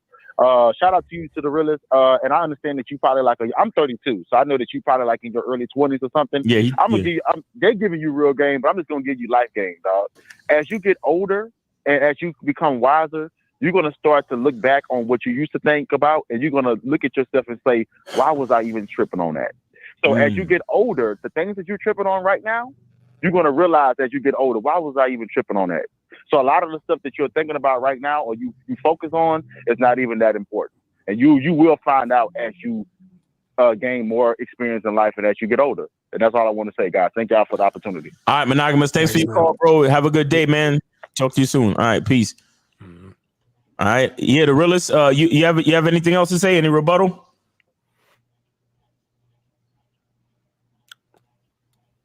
The realist, you there? Yo, the realist.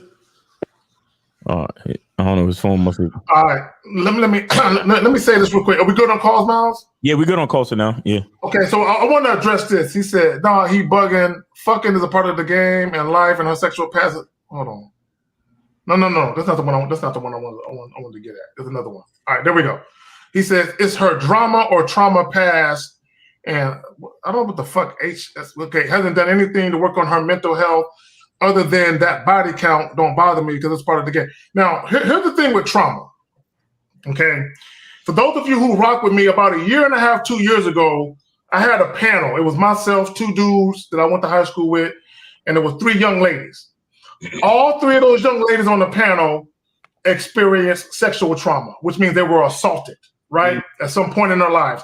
One woman in particular, a sister, she was molested by a family member as an adolescent, and she was sexually assaulted by a family member, another family member, and she was older, and she was sexually assaulted again when she was in the military. So she was the type of chick, she ain't fucking nobody. She has no trust for men. She ain't let nobody touch her, right? She has no, she's asexual, right? She has no desire to be touched at all. That's real trauma. Is that happening? See, guys like to say, oh, a woman who's had a lot of dick has experienced trauma. No, a woman who has been violated experiences trauma. A woman who is consenting to enjoyable dick it's not traumatic. She's enjoying it. She's having many orgasms. There's nothing traumatic about that. Well, the only thing traumatic about be falling off the bed and hitting her head on some shit. You know what I'm saying? Other than that, I'm saying she's good. So I want guys to understand, because this is what guys try to do, and this is the problem with you motherfuckers. When it comes to sex or sexual attraction or lust, that shit is physiological, psychological, and biological. It has nothing to do with a woman's logical choice or decisions. Okay? It's just a feeling that she gets. The problem with you motherfuckers, y'all try to bring biology, science, and logic into why women do what they do, and you can't. You can never explain sexual attraction in a logical way. Women are governed by their emotions and feelings, which is why you can touch a woman here in her mind. If you can touch a woman here in her mind, she will make decisions that don't make sense to her or you. Because everything is about her feelings and how she feels and your ability to influence her, right? The fact that you can influence her the way that you can, it defies all logic. This is why you can't use studies to try and determine why women do what they do. Y'all got it. Oh, the is back on. Just to let y'all know, he's back. He's back on the line. The realist, you there? Yeah, I don't know why it cut up. Okay. All right. Yeah. Go ahead. Yeah. Go ahead, Mr. Justin. No. Go ahead, man. All right. I was going to say that part of the situation, and you got to admit the realist is, you even said it yourself. It all depends. When that number started getting up higher, you said it all depends. Right. Well, it all depends on her mentality. And that's what we're trying to get you to understand, that the mentality of the person and where they're at matters the most. Because you could get with somebody that's had one body. She has one body. And you're like, okay, ain't nobody really been with her. That one body was 19. I'm 26 now. She's 26 now. But all of a sudden, her mentality is, I haven't lived life. And so now I want to experience things. And she wants that body count to get a little higher. But you, in your mind, is like, oh, she had one body. That's just good enough. The thing is, when you said it, it all depends. And really what you were saying was, it all depends on the mentality and the situation and where it's at. And that's where you need to start focusing on a little bit more. I'm always going to agree to have a conversation, no doubt. But really, I'm trying to figure out the mentality on where they're at in life, what they want to do, where they want to go. Right. We got Moses on the line. Moses, what's going on, bro? Hey, how y'all men doing? Justin, what's going on? What's up, Moses? We're doing good, Moses. This nigga always got a story to go with the fucking topic. What's up, fam? No. Question. The question is this. It hasn't happened to me yet, but this happened to one of my buddies of mine. So just in case, I'm gonna ask this question. So in case it happens, the question is, hello, can y'all hear me? Yeah, we got you. Just fine. Just fine. All right. My question is this. My friend told me he was in a situation where, a chick who flaked on him a year ago, he happened to see her on a train. And then what happened was, that chick remembered him and wanted to talk to him. So he told the girl, he don't want to talk to her anymore. You understand? Because he doesn't want to be on no attention or talking for an hour train ride type stuff. So when the question is, when you're in a situation like this, what's the best way to handle it? Okay, wait. To be clear, my bad, Miles. I'm gonna pass it to you real quick. No. I was going to say the same shit. I'm not clear either. What's the situation? Okay. Yeah. Go ahead. Can you explain it one more again? Explain it one more again so we can understand how to attack this shit. Go ahead, Phil. Okay. In a situation, like my friend was in a situation like where he was on a train. What happened was the chick who flaked on him a year ago happened to see him on the train. And then that same girl approached him. And then he told the girl, yo, listen, I don't want to talk because you flaked on me a year ago. You understand? And then I don't want to be talking to you. So the dude had a year-long grudge? What happened? And so the dude had a year-long grudge? Well, hold on. Because Moses, my bad. Go ahead, Justin. No, I was just saying that like sounds like the dude had a year-long grudge. Like you like remembered it like he was a damn crow or some shit. Because they'll attack you one season and they'll remember you coming around. They'll attack you again because they remember you. But yeah, that sounds like he's just holding on to something. Like, is that right? Like he had problems with her a year later. And from what Did she flake on a vacation or something? He told me.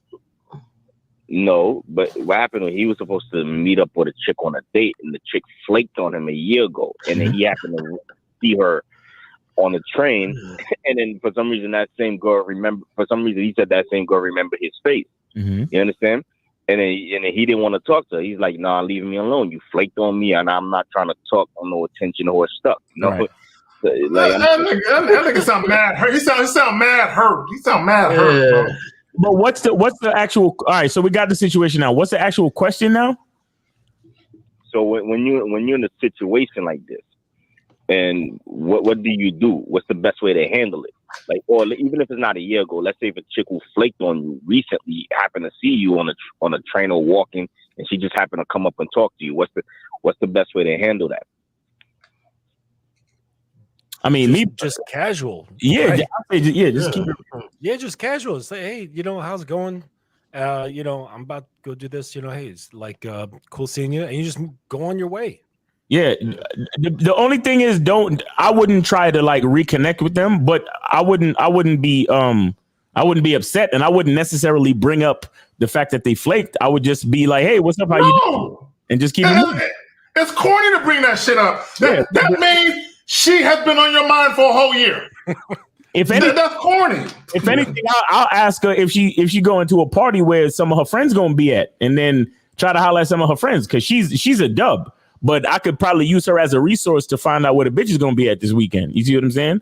That type of thing. But that's what you can do if you keep it casual and if you don't act like your ego is all hurt, and if you don't act butthurt, you can segue into using her as a resource to either find out where the party's at or to associate and network with other people. You get what I'm saying? Because again, I wouldn't necessarily try to get with her or get back with her or try to reconnect, but I would if we create some type of social connection, I can use her to my advantage. Guys have this grandiose idea that they got to show her that they missed out. I'm gonna show you that you missed out on such a great guy like me. I'll never talk to you again. And it's that'll show her. That'll show her. That'll show her. And the whole time she's gonna walk away saying I missed out on him. No, and the whole time all the way home. Exactly. And the whole time she is showing you bullshit ass text to her friends, and they all laughing at you over a glass of wine and shit. Right. A Zinfandel probably. You know what I'm saying? They probably laughing and shit. Moses, what were you saying? No, it's crazy. What's crazy is that before I knew about the game. You know what I'm saying? Because like I said, before I came to Yah, I used to be a red pill. Those red pill guys used to be like, yo, listen, the chick flake, man, make her pay twice. You flake on her, the chick disrespects you, you flake on her. I'm looking at that. What? Hold on. So if a chick suck a dick, should you suck a dick to get her back? I can do it better than you, bitch. Of course not. So that's what I'm talking about with the downfall. That's what I'm talking about with the pitfalls of reciprocity. thinking that you're equal to women. You see what I'm saying? But go ahead. Yeah. So I'm not like that was before I knew who y'all was. You understand? That's what those red pill guys. I used to watch red pills. Okay, that's fine. We don't need to talk about that. We don't need to talk about that. So what became of your friend? Did she laugh at him and say, "Wow, you remember that? I don't even remember that." What happened with your friend on the train with the girl? What happened was, the girl was like, "Oh, okay," and just walked away. Okay. And just left him alone. Yeah, exactly. Because he's hurt. He's hurt, bro. Saved her from an awkward situation. She probably went over there and spoke because it was awkward. He was probably looking at her like, and she knew exactly. That's the guy I never wanted to really talk to. See, I'm going to go say hello. Right. To cut out the awkward. To be polite. Right. Yeah, to be polite since we're on this train. And then he was rude. Like, oh, okay. Big deal. Right. All right. It goes with the title. He was a weak dude. But yeah, I got it. That's exactly what I was going to say, Zach. It goes with the title. That's another sign of men's weakness. Like, let women hold grudges. A man doesn't need to hold a grudge. Like I said, you don't have to try to get with her, but you can keep it cordial and see that. Okay, the whole point of what we try to tell you guys is staying focused on what you want. Mm-hmm. Stay focused on what you want. If what you want is to connect with more chicks, if you see if this chick, well, she flirted on me the other time, cool. I don't have to try to get with her. But if we talking, you understand? Hey, what you doing this weekend? Where the party at? Because if I'm focused, I'm trying to find what's going on. I'm trying to find the next event where the chick's gonna be at. You understand? And I could, again, if I'm focused, I can segue to using her to my advantage. You understand? A lot of dudes, they focus on a weakness. They focus on taking the L. Oh, I took an L. She flaked on me. She played me. She did this, she that. And it's like, bro, like, stop being hurt. You know what I'm saying? Stop letting your ego ruin your focus. You understand? Focus on your next level. Focus on what it is you're really trying to do. Are you trying to remind her that she flaked on you? Like, why would you want to remind her? Why would you want to bring that back up necessarily? You know what I'm saying? Like, guys got to stay focused on what they really want. Well, let me add this, Miles, and this is the problem with you dudes. Y'all make women the highlight of your lives. Right. When women should be making you the highlight. A woman should be excited to hear from you. Oh my God, he actually called me. Oh my God, I didn't think he would. He invited me out on a date. Oh my God, I don't want to see. Y'all are used to dealing with women. Hold on, listen to me real quick. I need the callers. If it applies to you and people listening, women should be excited that you even offered a fucking date. They should be excited. They should be ecstatic. Look, let me say this. I did a consultation last night. Right, and the young gentleman from the ATL, he offered a woman a date, and she said, "Let me think about it." If a woman says, "Let's think about it," what she's saying is, one, I'm not that interested in you. Two, let me hear your date idea. So if I feel your date idea is up to my standards or extravagant enough, then I'll say yes. What she's saying is, I'm not interested in you at all, but if your date idea intrigues me, I'll accept.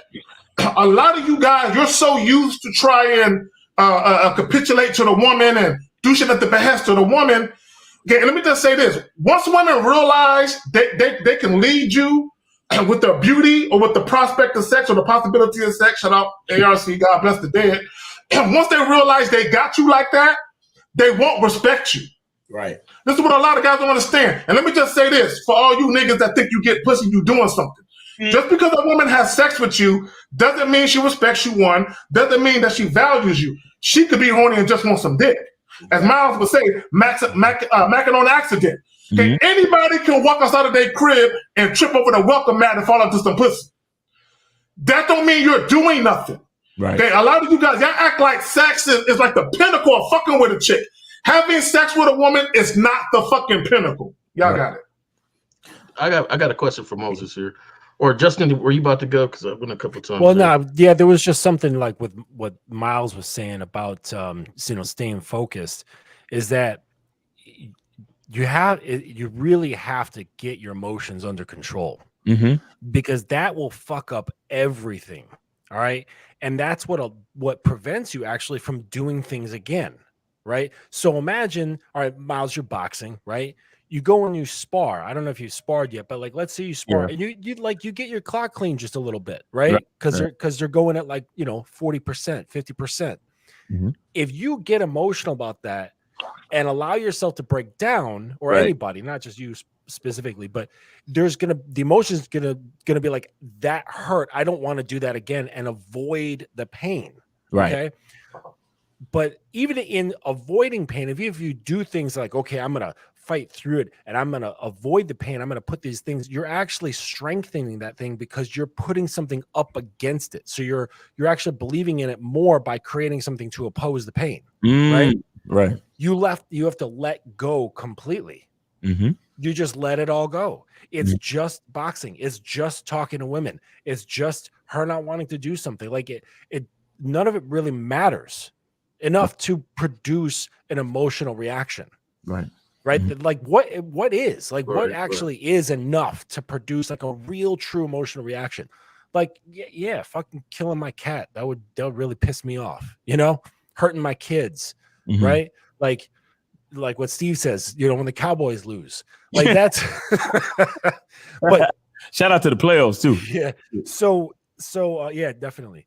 So you got to really consider the amount of emotional control, but not in a resistance form, more so control in letting go, control in not having control. Right.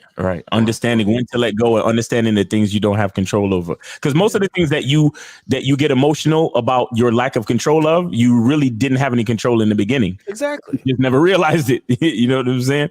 Moses, you got anything else, bro? Yeah.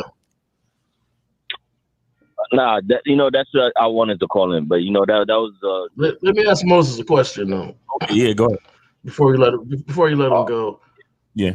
When he told her he didn't want to talk to her, do you think she thought in her head maybe he hasn't been with anybody else for a whole year for this to still be on his mind? Wait, you breaking up. Basically, what you're saying is, to get the response that she got. Do you think that she walked away believing that, man, he must not have been or have had any interaction with female for a whole year to be so strongly on his mind? That a year later he would diss me like that just because I flaked on a date, a meal? I mean, that I know that only thing I can tell you is that shows a lack of weakness for sure. Lack of strength. But doing that, I know for a fact that women probably got to look at him like, yeah, he ain't got no experience with women. He's not really attractive because of that. Right. Yep.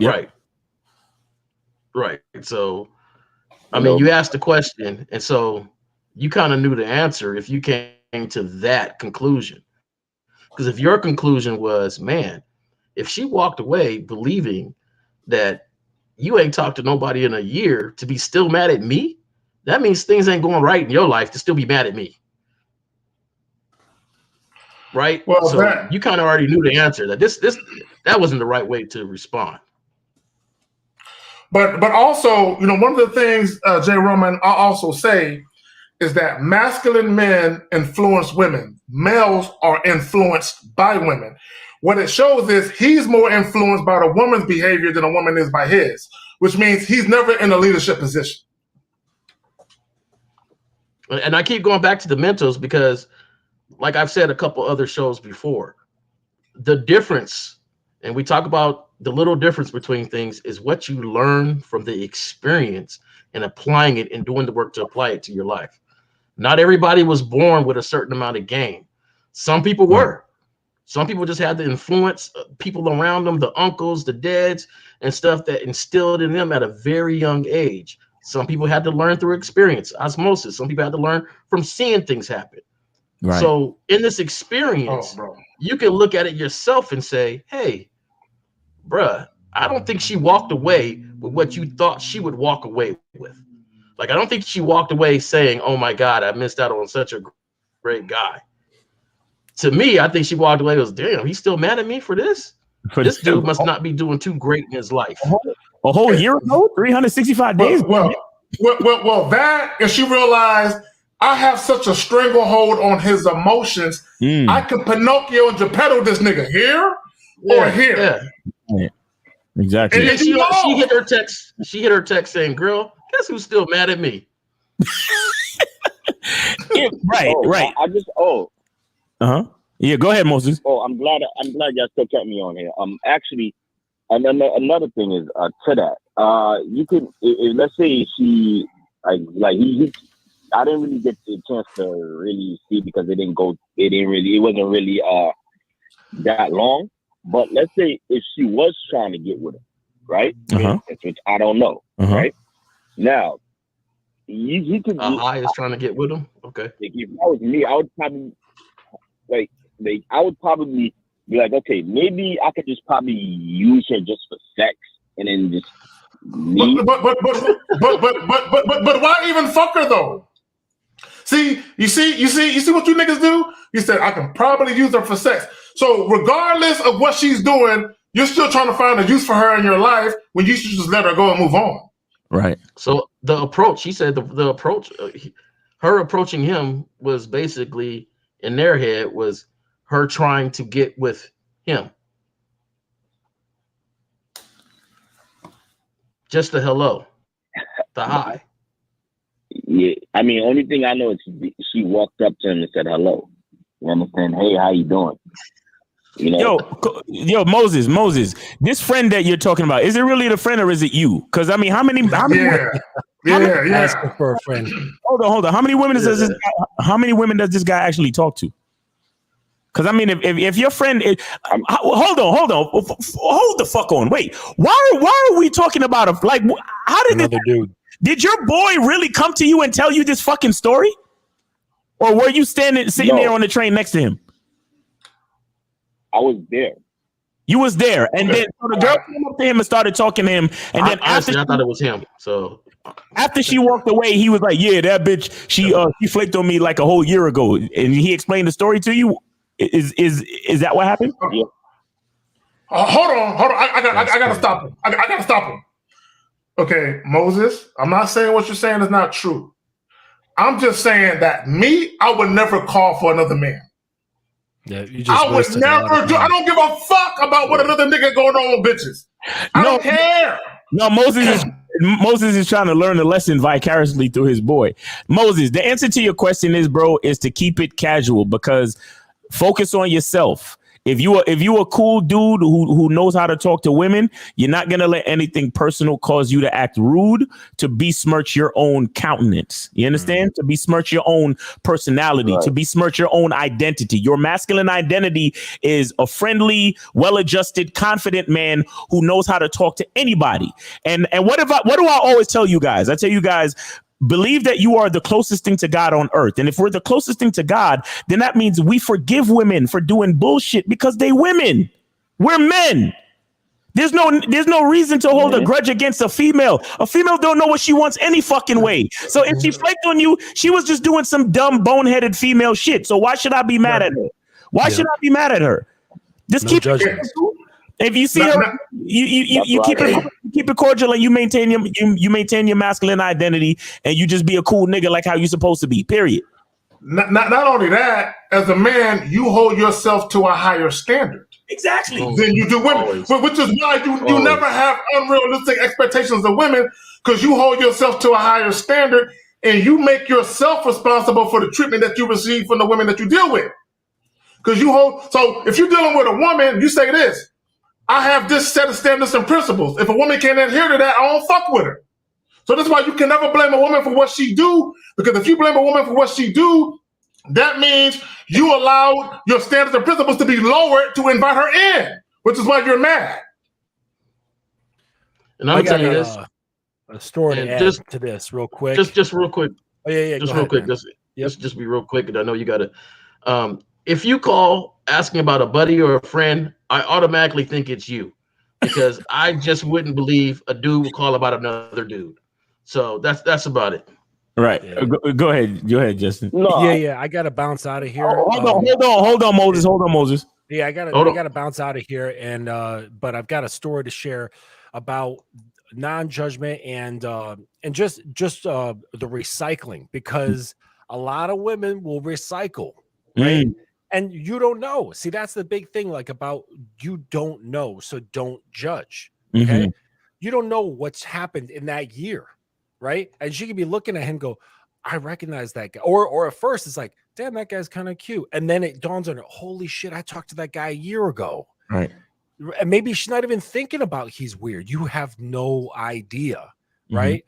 And but women do recycle. And so the other day, there's a woman that I know for many years, and she's like going off on a trip, okay, and she needed to borrow something from me, so I was like, yeah, meet me over here.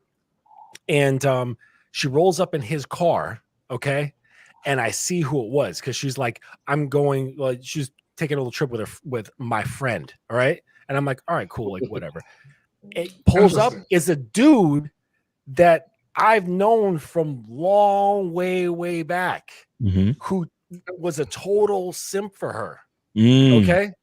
So, and then, but I know that's like, she's been kind of dry, right? So that guy coming through, she's like, oh, okay, I'll recycle him. You know what I'm saying? I'll recycle that dude, because there's a big lack on her end, right? Yes. So and I was like, yep, there it is, recycling the simp. Like, there you go, buddy.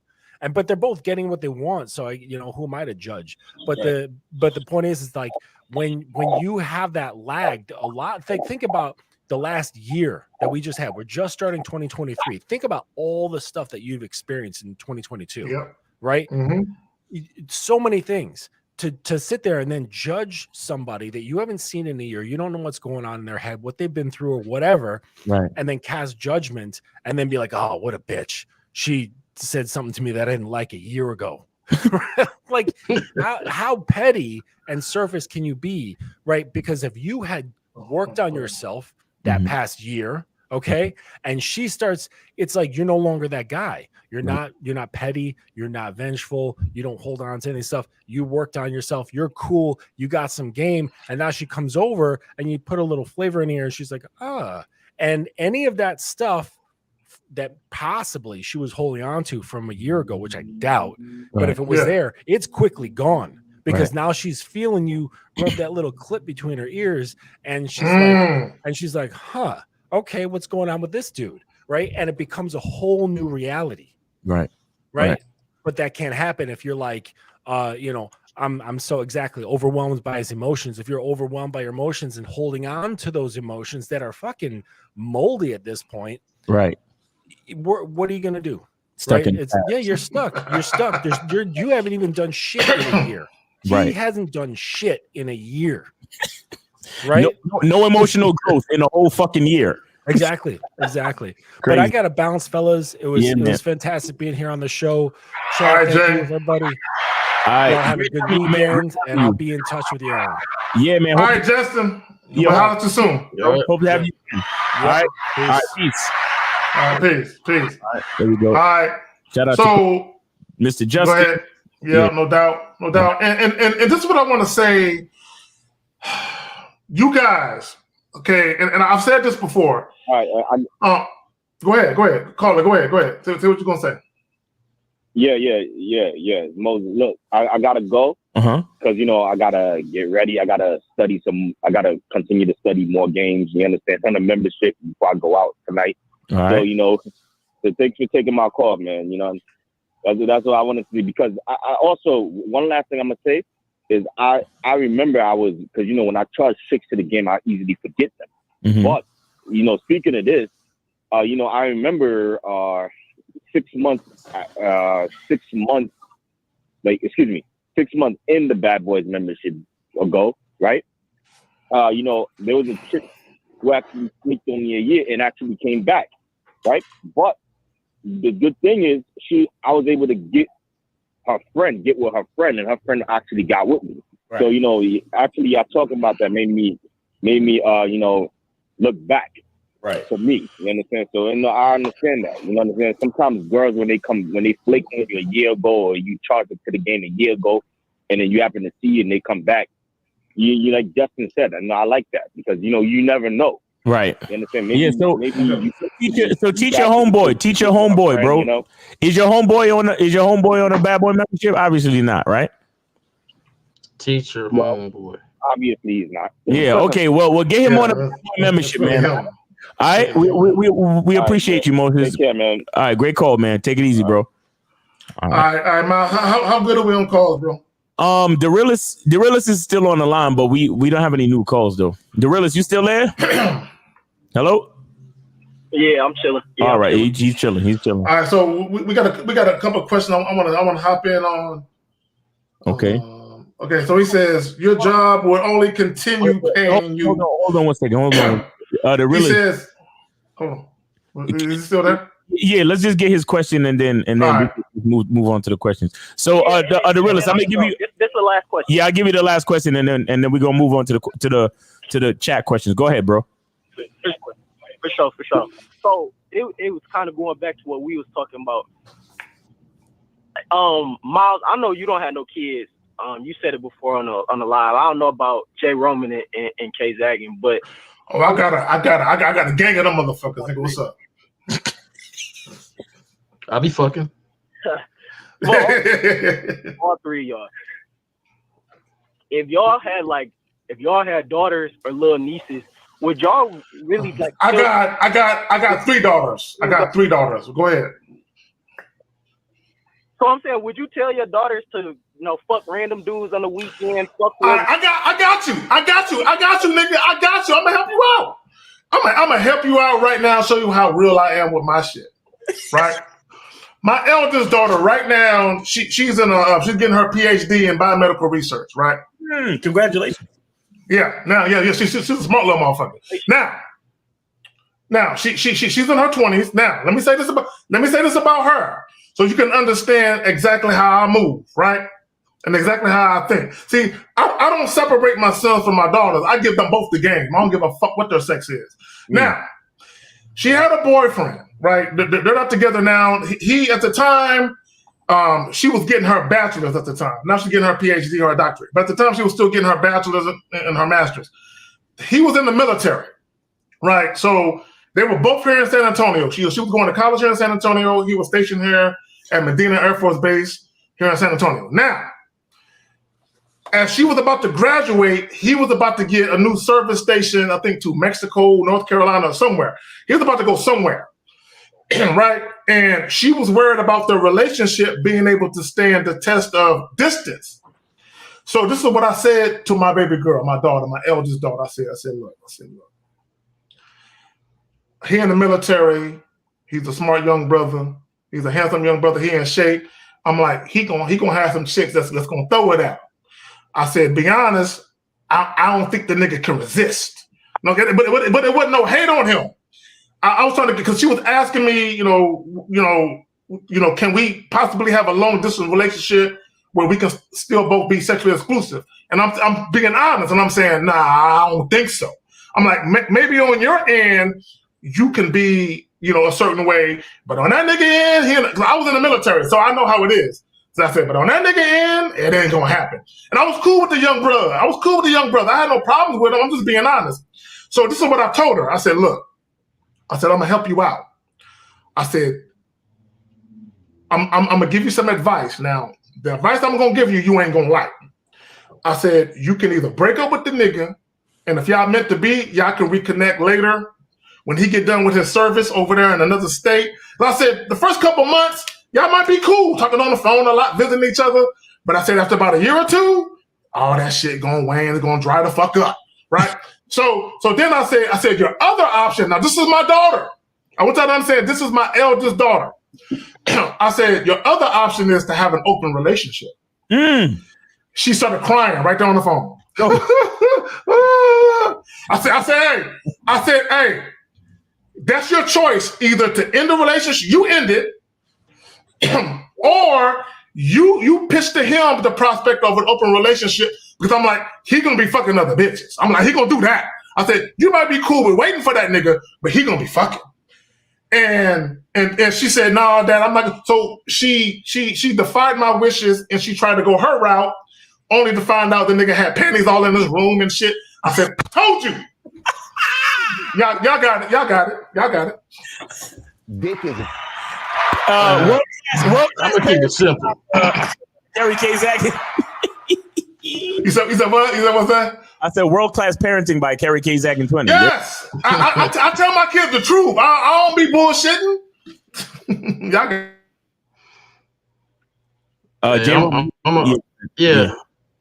gonna keep it simple, man. I believe that, you know, I learned a lesson through my sister. I taught her a lot of game, and it opened her eyes to things that she shouldn't be open to, because I believe you at one point as a lady, you're gonna have to fall for the game, because, you know, they're all kicking it to you. You just don't know which one is real or not, and you got to go through that experience to find it out. Because if not, you're gonna shut yourself off, and you're gonna always be judging, you know, always judging and not really opening yourself up. So, you know, I teach my daughter certain things, and I expect her mother to teach her certain things, and then we'll go from there. So, you know, and she's going to live her life. I'm not going to hold her back from living her life and getting experiences. I'll always give her my guidance. I'll always allow her to come and talk to me and speak with me. But what's so crazy is you're going to hold your daughter to the point you don't want her to experience life. You don't want her to experience things. You're not going to want that. You're going to want her to experience stuff, to be able to get married, be able to talk to guys, be able to go from there. So, you know, that's it. But if you teach them too much of the game, they'll shell themselves off, because everything a guy says now sounds a lie. Sounds like a lie. Yeah. I don't got no kids, man. So yeah, the realest. Do you have a rebuttal or anything else? We on OT. No, I mean, K-Zag, you didn't really answer my question. Would you tell your daughter that it's okay to fuck random guys on the weekend whenever she wants to fuck? Like this? Well, okay. So to answer your question, when she was going through her little thing with the dude, and he was gonna be in a different state, I said, you need to go ahead and meet other dudes and date. Now, I'm not going to tell my daughter to gargle nuts, nigga. I'm going to need you to gargle nuts like Listerine, nigga. Go ahead and do that. I'm not going to do that. But at the same time, I'm preparing her for the reality of life. Look, let me tell you something, the realist. For all you niggas listening, when women are young, specifically high school, they have this grandiose idea of how it's going to be to fall in love. Right. But all you bitch ass niggas ruin that with all your fucking lies. All you niggas ruin that. Ask any woman right now, do you regret losing your virginity to the niggas you lost it to? Most women would say yes. I'd rather have lost it to the second or the third nigga. Because all you niggas ain't shit. I've got to be honest. You know what I'm saying? So I got to be honest that y'all niggas ain't shit. All you niggas are some lying ass niggas. Not 100% of you niggas, but most of you niggas. So what happens is when women get into their 20s and beyond, they realize, I'm trying to save my body for the right nigga. I'm trying to treat my body like a temple. And all these niggas just want to fuck, and they're not being honest. They all acting like they love me and they want to be my fucking boyfriend. But all these niggas really wanted some pussy. And then y'all get mad when chicks flip the table and say, I just want some dick, nigga. And then y'all niggas get mad when y'all fuck a chick and the next day you call her and say, can we do that shit again? And she like, I don't know, nigga. I'll call you and let you know. Now you niggas is covering up like a bitch. Oh, how about she? Well, how come she just didn't say yes? She said maybe, like my dick wasn't enough. Cause you some hoes. You know what I'm saying? So women go through that shit where they have regrets about niggas that they fuck, and y'all act like that. There ain't no real shit that women experience. I know that women experience that shit. So when I gave my daughter the game, I don't want her to have these delusions of grandeur and romanticize you bitch ass niggas, because I know niggas be lying. I got it, man. J. Roman. I appreciate y'all. I appreciate it. I'll let y'all go. All right. That's the realest. All right, the realest, man. Appreciate the call, man. You be safe out there. Take it easy, all right? See. Is he on any one of you guys' programs? I don't know. Nah. He just calls me. No. He just trying to get free game.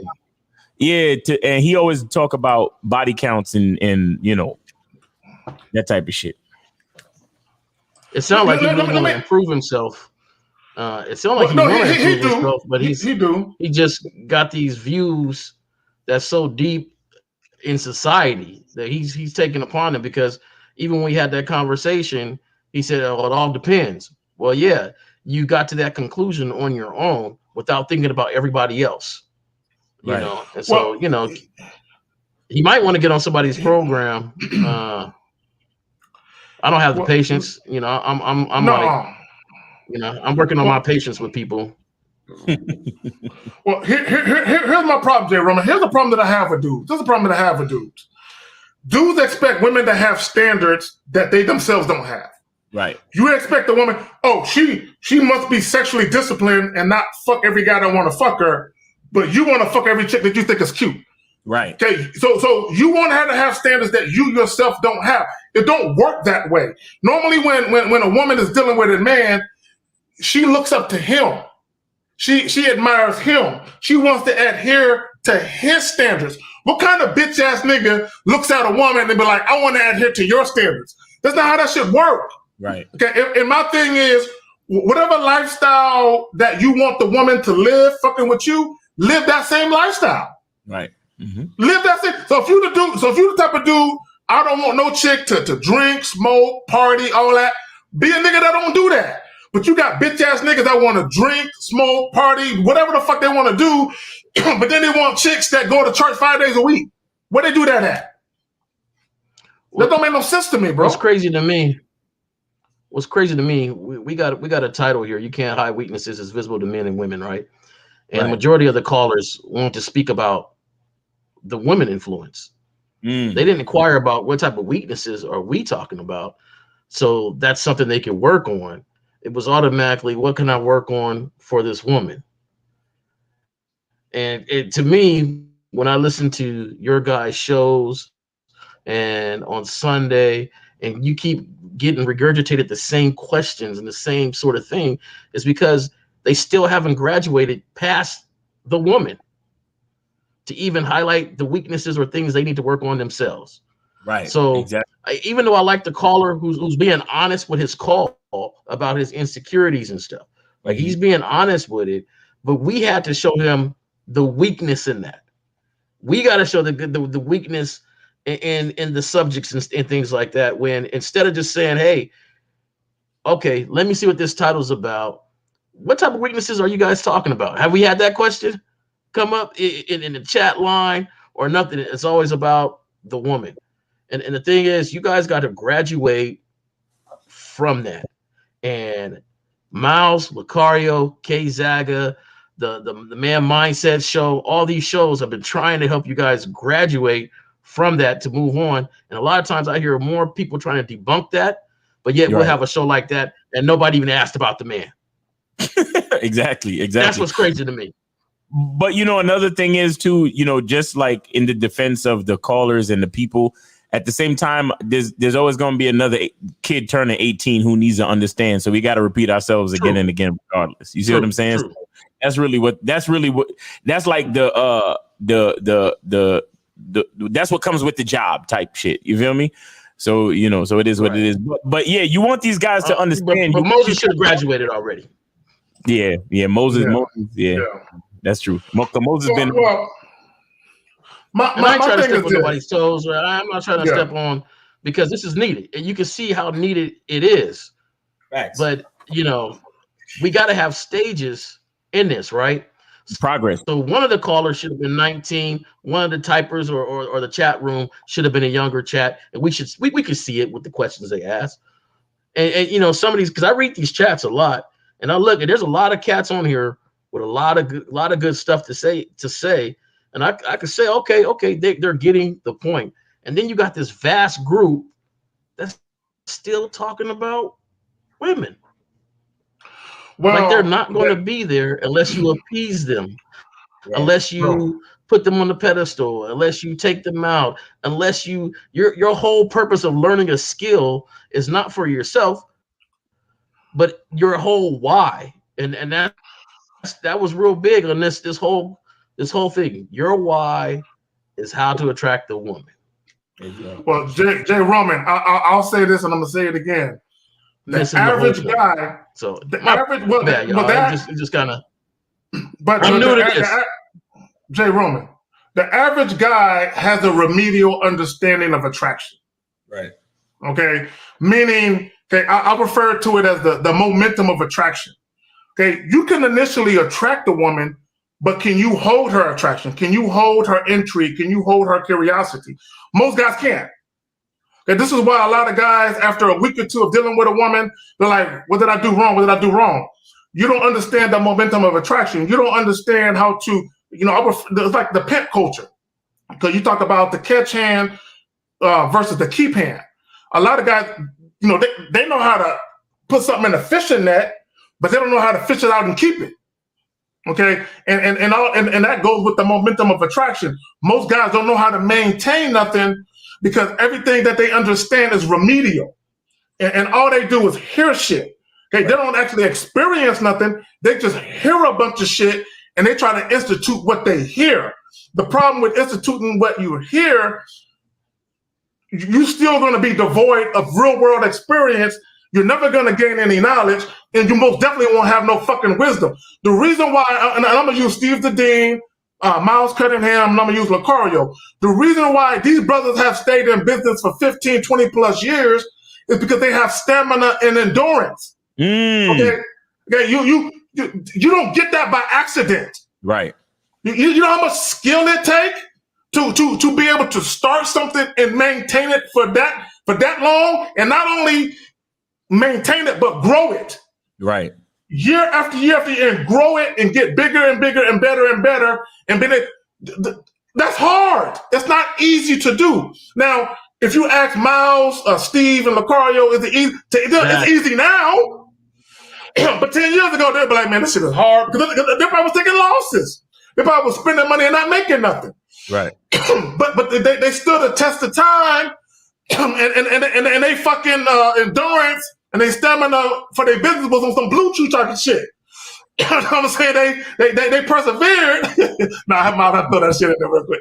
But anyway, y'all got it, man. Y'all got it. Let's get to these questions, man, because we on OT, bro. And Saturday is Saturday. Niggas gotta go do shit. Okay, did we do this one already? Not really. We started. Okay, your job. Okay, so your job will only continue paying if you continue doing your job the way you want it done and showing up on time. Am I understand that correctly? Well, what you get out of it is what you put into it. Right. Everything in life is an investment. That's what guys don't understand. And to get back to the show, yeah, go ahead. Yeah, for sure. Sure. Well, even with women, when you deal with women, everything is an investment. It ain't, you don't do shit just because she's my girlfriend. So now she can chill and coast. Right. Are you still doing what's vital to the title? Shout out Sinful to P. God, everybody dying and shit. Are you doing what's vital to the title? Are you still earning your way? Right. Because even when you work for a corporation or a company, you can't just do the bare minimum. Okay, if you want the ability to be able to post out and apply here when yeah, which one? What's up? He's kind of frozen too. He froze. All right, fuck it. Hey, Jay Roman, jump out and plug back in. So Antonio says, my father told me the same exact monkey simp statement. When my father was fighting with my mom, I was like, why are women disrespectful with being with you? He said, that's just the way it is. See, what your father should have said is, I fucked up, son. Your father should have said, I fucked up. Right. Because let me explain something to you guys. And I said this with men. If you have a fucked up relationship with a woman, one of two things happen. Either you started off with them fucked up shit and you got into a relationship for the wrong reasons, which is going to be some, typically you want some in-house pussy. It's going to be some trivial shit. Mm-hmm. Or you had a solid bitch, but you fucked it up. You fucked it up, okay? This is what guys got to understand. Either you fucked up and chose the wrong chick from the beginning, or you had the right chick, but you fucked it up. Right. Okay, that's how that goes. So your father should have said, well, he should have set you, because see, when he did that, what he's saying is, chicks are just fucked up. Okay, you're always going to be right, son. No matter what you do, you're always going to be. No, as a man, sometimes you could be wrong. Mm-hmm. And you have to be able to acknowledge, maybe I'm tripping sometimes. Okay, you have to acknowledge that, so that way you can correct. Look, gentlemen, being a man is not easy. Let me tell y'all niggas something. Not only are you responsible for policing your behaviors, but you're responsible for managing that woman that's in your life. You have double, triple the duty that she has. All she got to do is show up and just act right. But you got to manage and mitigate everything. It's not easy. Exactly. Yeah. Miles, you got anything you want to add to that, film? You summed it up, bro. You summed it up. Being a man is, you got, like you said, you got 4 times the responsibility. They really just got to cooperate, but you got to have the program for them to cooperate too, So that's really what it is. Okay. All right. And then there you go. Jay Roman, before we bounce, you got anything you want to add to that, home? I'm going to post it back up. Where'd that nigga go? I just added him. All right, nigga. Nigga, get your shit straight. All right. So, he's still frozen? He looked like he's still a little frozen. Okay, log on, come back in. Yeah, I don't know what's going. I don't know what's going on. But, okay, we can hear you talking. Go ahead and talk. We can hear you talking. Go ahead and respond to this. No, I caught some of it. I was trying to reset things. I don't know what'd be going on. It'd be great for a minute, and then all of a sudden they want to. Thanks for having me on the show. I'm quite sure you guys will finish out just great. Okay, there's a lag. Jay Roman, hold on for a second. Let me and Miles jump through these questions real quick. Okay, so Bill Pert says, what if she said she been peed on or pooped on or bestiality isn't? Why do you niggas see? And I know what you're doing. You're doing that Young Miami shit where she admitted being peed on. See, this is why. Look. I'm glad we're addressing this. So for those of you who don't know, Young Miami, the rapper, I'm not really familiar with her music, but she admitted she like golden showers. See, this is why women can't be themselves with you, because y'all judge them. Mm-hmm. She basically admitted part of who I am sexually, part of what turns me on is being peed on by some hot, warm piss from a nigga. Yeah. And y'all judging her. See, this is why women will never be honest about their sexuality, about their sexual past, and none of that, because y'all judge chicks. Right. Allow women to express their sexuality to you, because most women aren't going to do that with every guy. Right. Man, you got it, Miles. Man, I don't know if you want to add to that shit. As long as she washed it off, we good. You know what I'm saying? Like that. I wouldn't even look. I don't understand the type of conversations y'all be having with females, bro. And again, personally, I stay focused on what I'm looking for. So I don't question females. I instruct them. So I don't really know I wouldn't know what to do with that information. To me, I would just take it and be like, all right, cool. If 6 months later, 8 months later, if we're able to take a shower and I'm washing up, I might pee on you. You know what I'm saying? I don't know. You know what I'm saying? I might just pee on your leg. I've been known to piss on the bitch in the shower. You know what I'm saying? So just be like, hey, you're in the way. The drain is right there. Your foot is right there. Your foot getting peed on. No, it does happen. I do. And the shit is warm as fuck. You know what I'm saying? But anyway, so Ellie Lifestyle goes on to say, what should I say when I approach? Because y'all said we should compliment. Y'all niggas, get some coaching. Yeah, there you go. That's the best way. I can't answer that shit. Y'all niggas go through with the shit. Yeah, it's the same shit. Okay, so he's in the same situation. Okay, so we done with you niggas. Y'all niggas. Look, real quick. Hold on, because I know Miles is gonna plug it. So I'm gonna throw it up there. Go ahead, fam. Do your thing. Do your thing with it. Make sure you guys go to masculineidentitymembership.com, where you get 45 to 90-minute videos talking about masculine identity, inner game, and just basically the spiritual side of the game. You understand? So you know who you are, and you can get what you want out of life based on who you are. And then also go to badboymembership.com, where we have step-by-step tutorials on how to move as a man in the game, in the dating game, in the relationship game, all that shit. All right. And then also make sure y'all get your tickets to the Definition of Manhood Game Kings 2 seminar coming up April 2nd in NYC. Yeah, man, we're going to have Taekwondo, Ron Wills, Mr. Lucario, myself, and Kay Zagan all speaking at this event. Man, make sure y'all hit the link and get your tickets, man. Appreciate it. No doubt. We appreciate Coach Justin, aka Mr. Justin, Jay Roman coming through. That's Mr. 1950s kinfolk. They cousins and shit. Yep. So shout out to the Bay Area. Shout out to Cali. Shout out to NYC with Miles.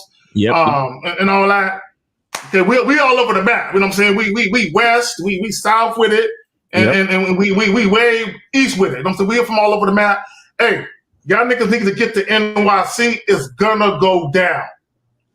All I'm gonna tell you is I'm gonna act a fool. It's gonna be cool though. It's gonna be sober acting a fool. And it ain't gonna be the other acting a fool. It's gonna be sober. It's gonna be a cool nigga that's just out there in New York.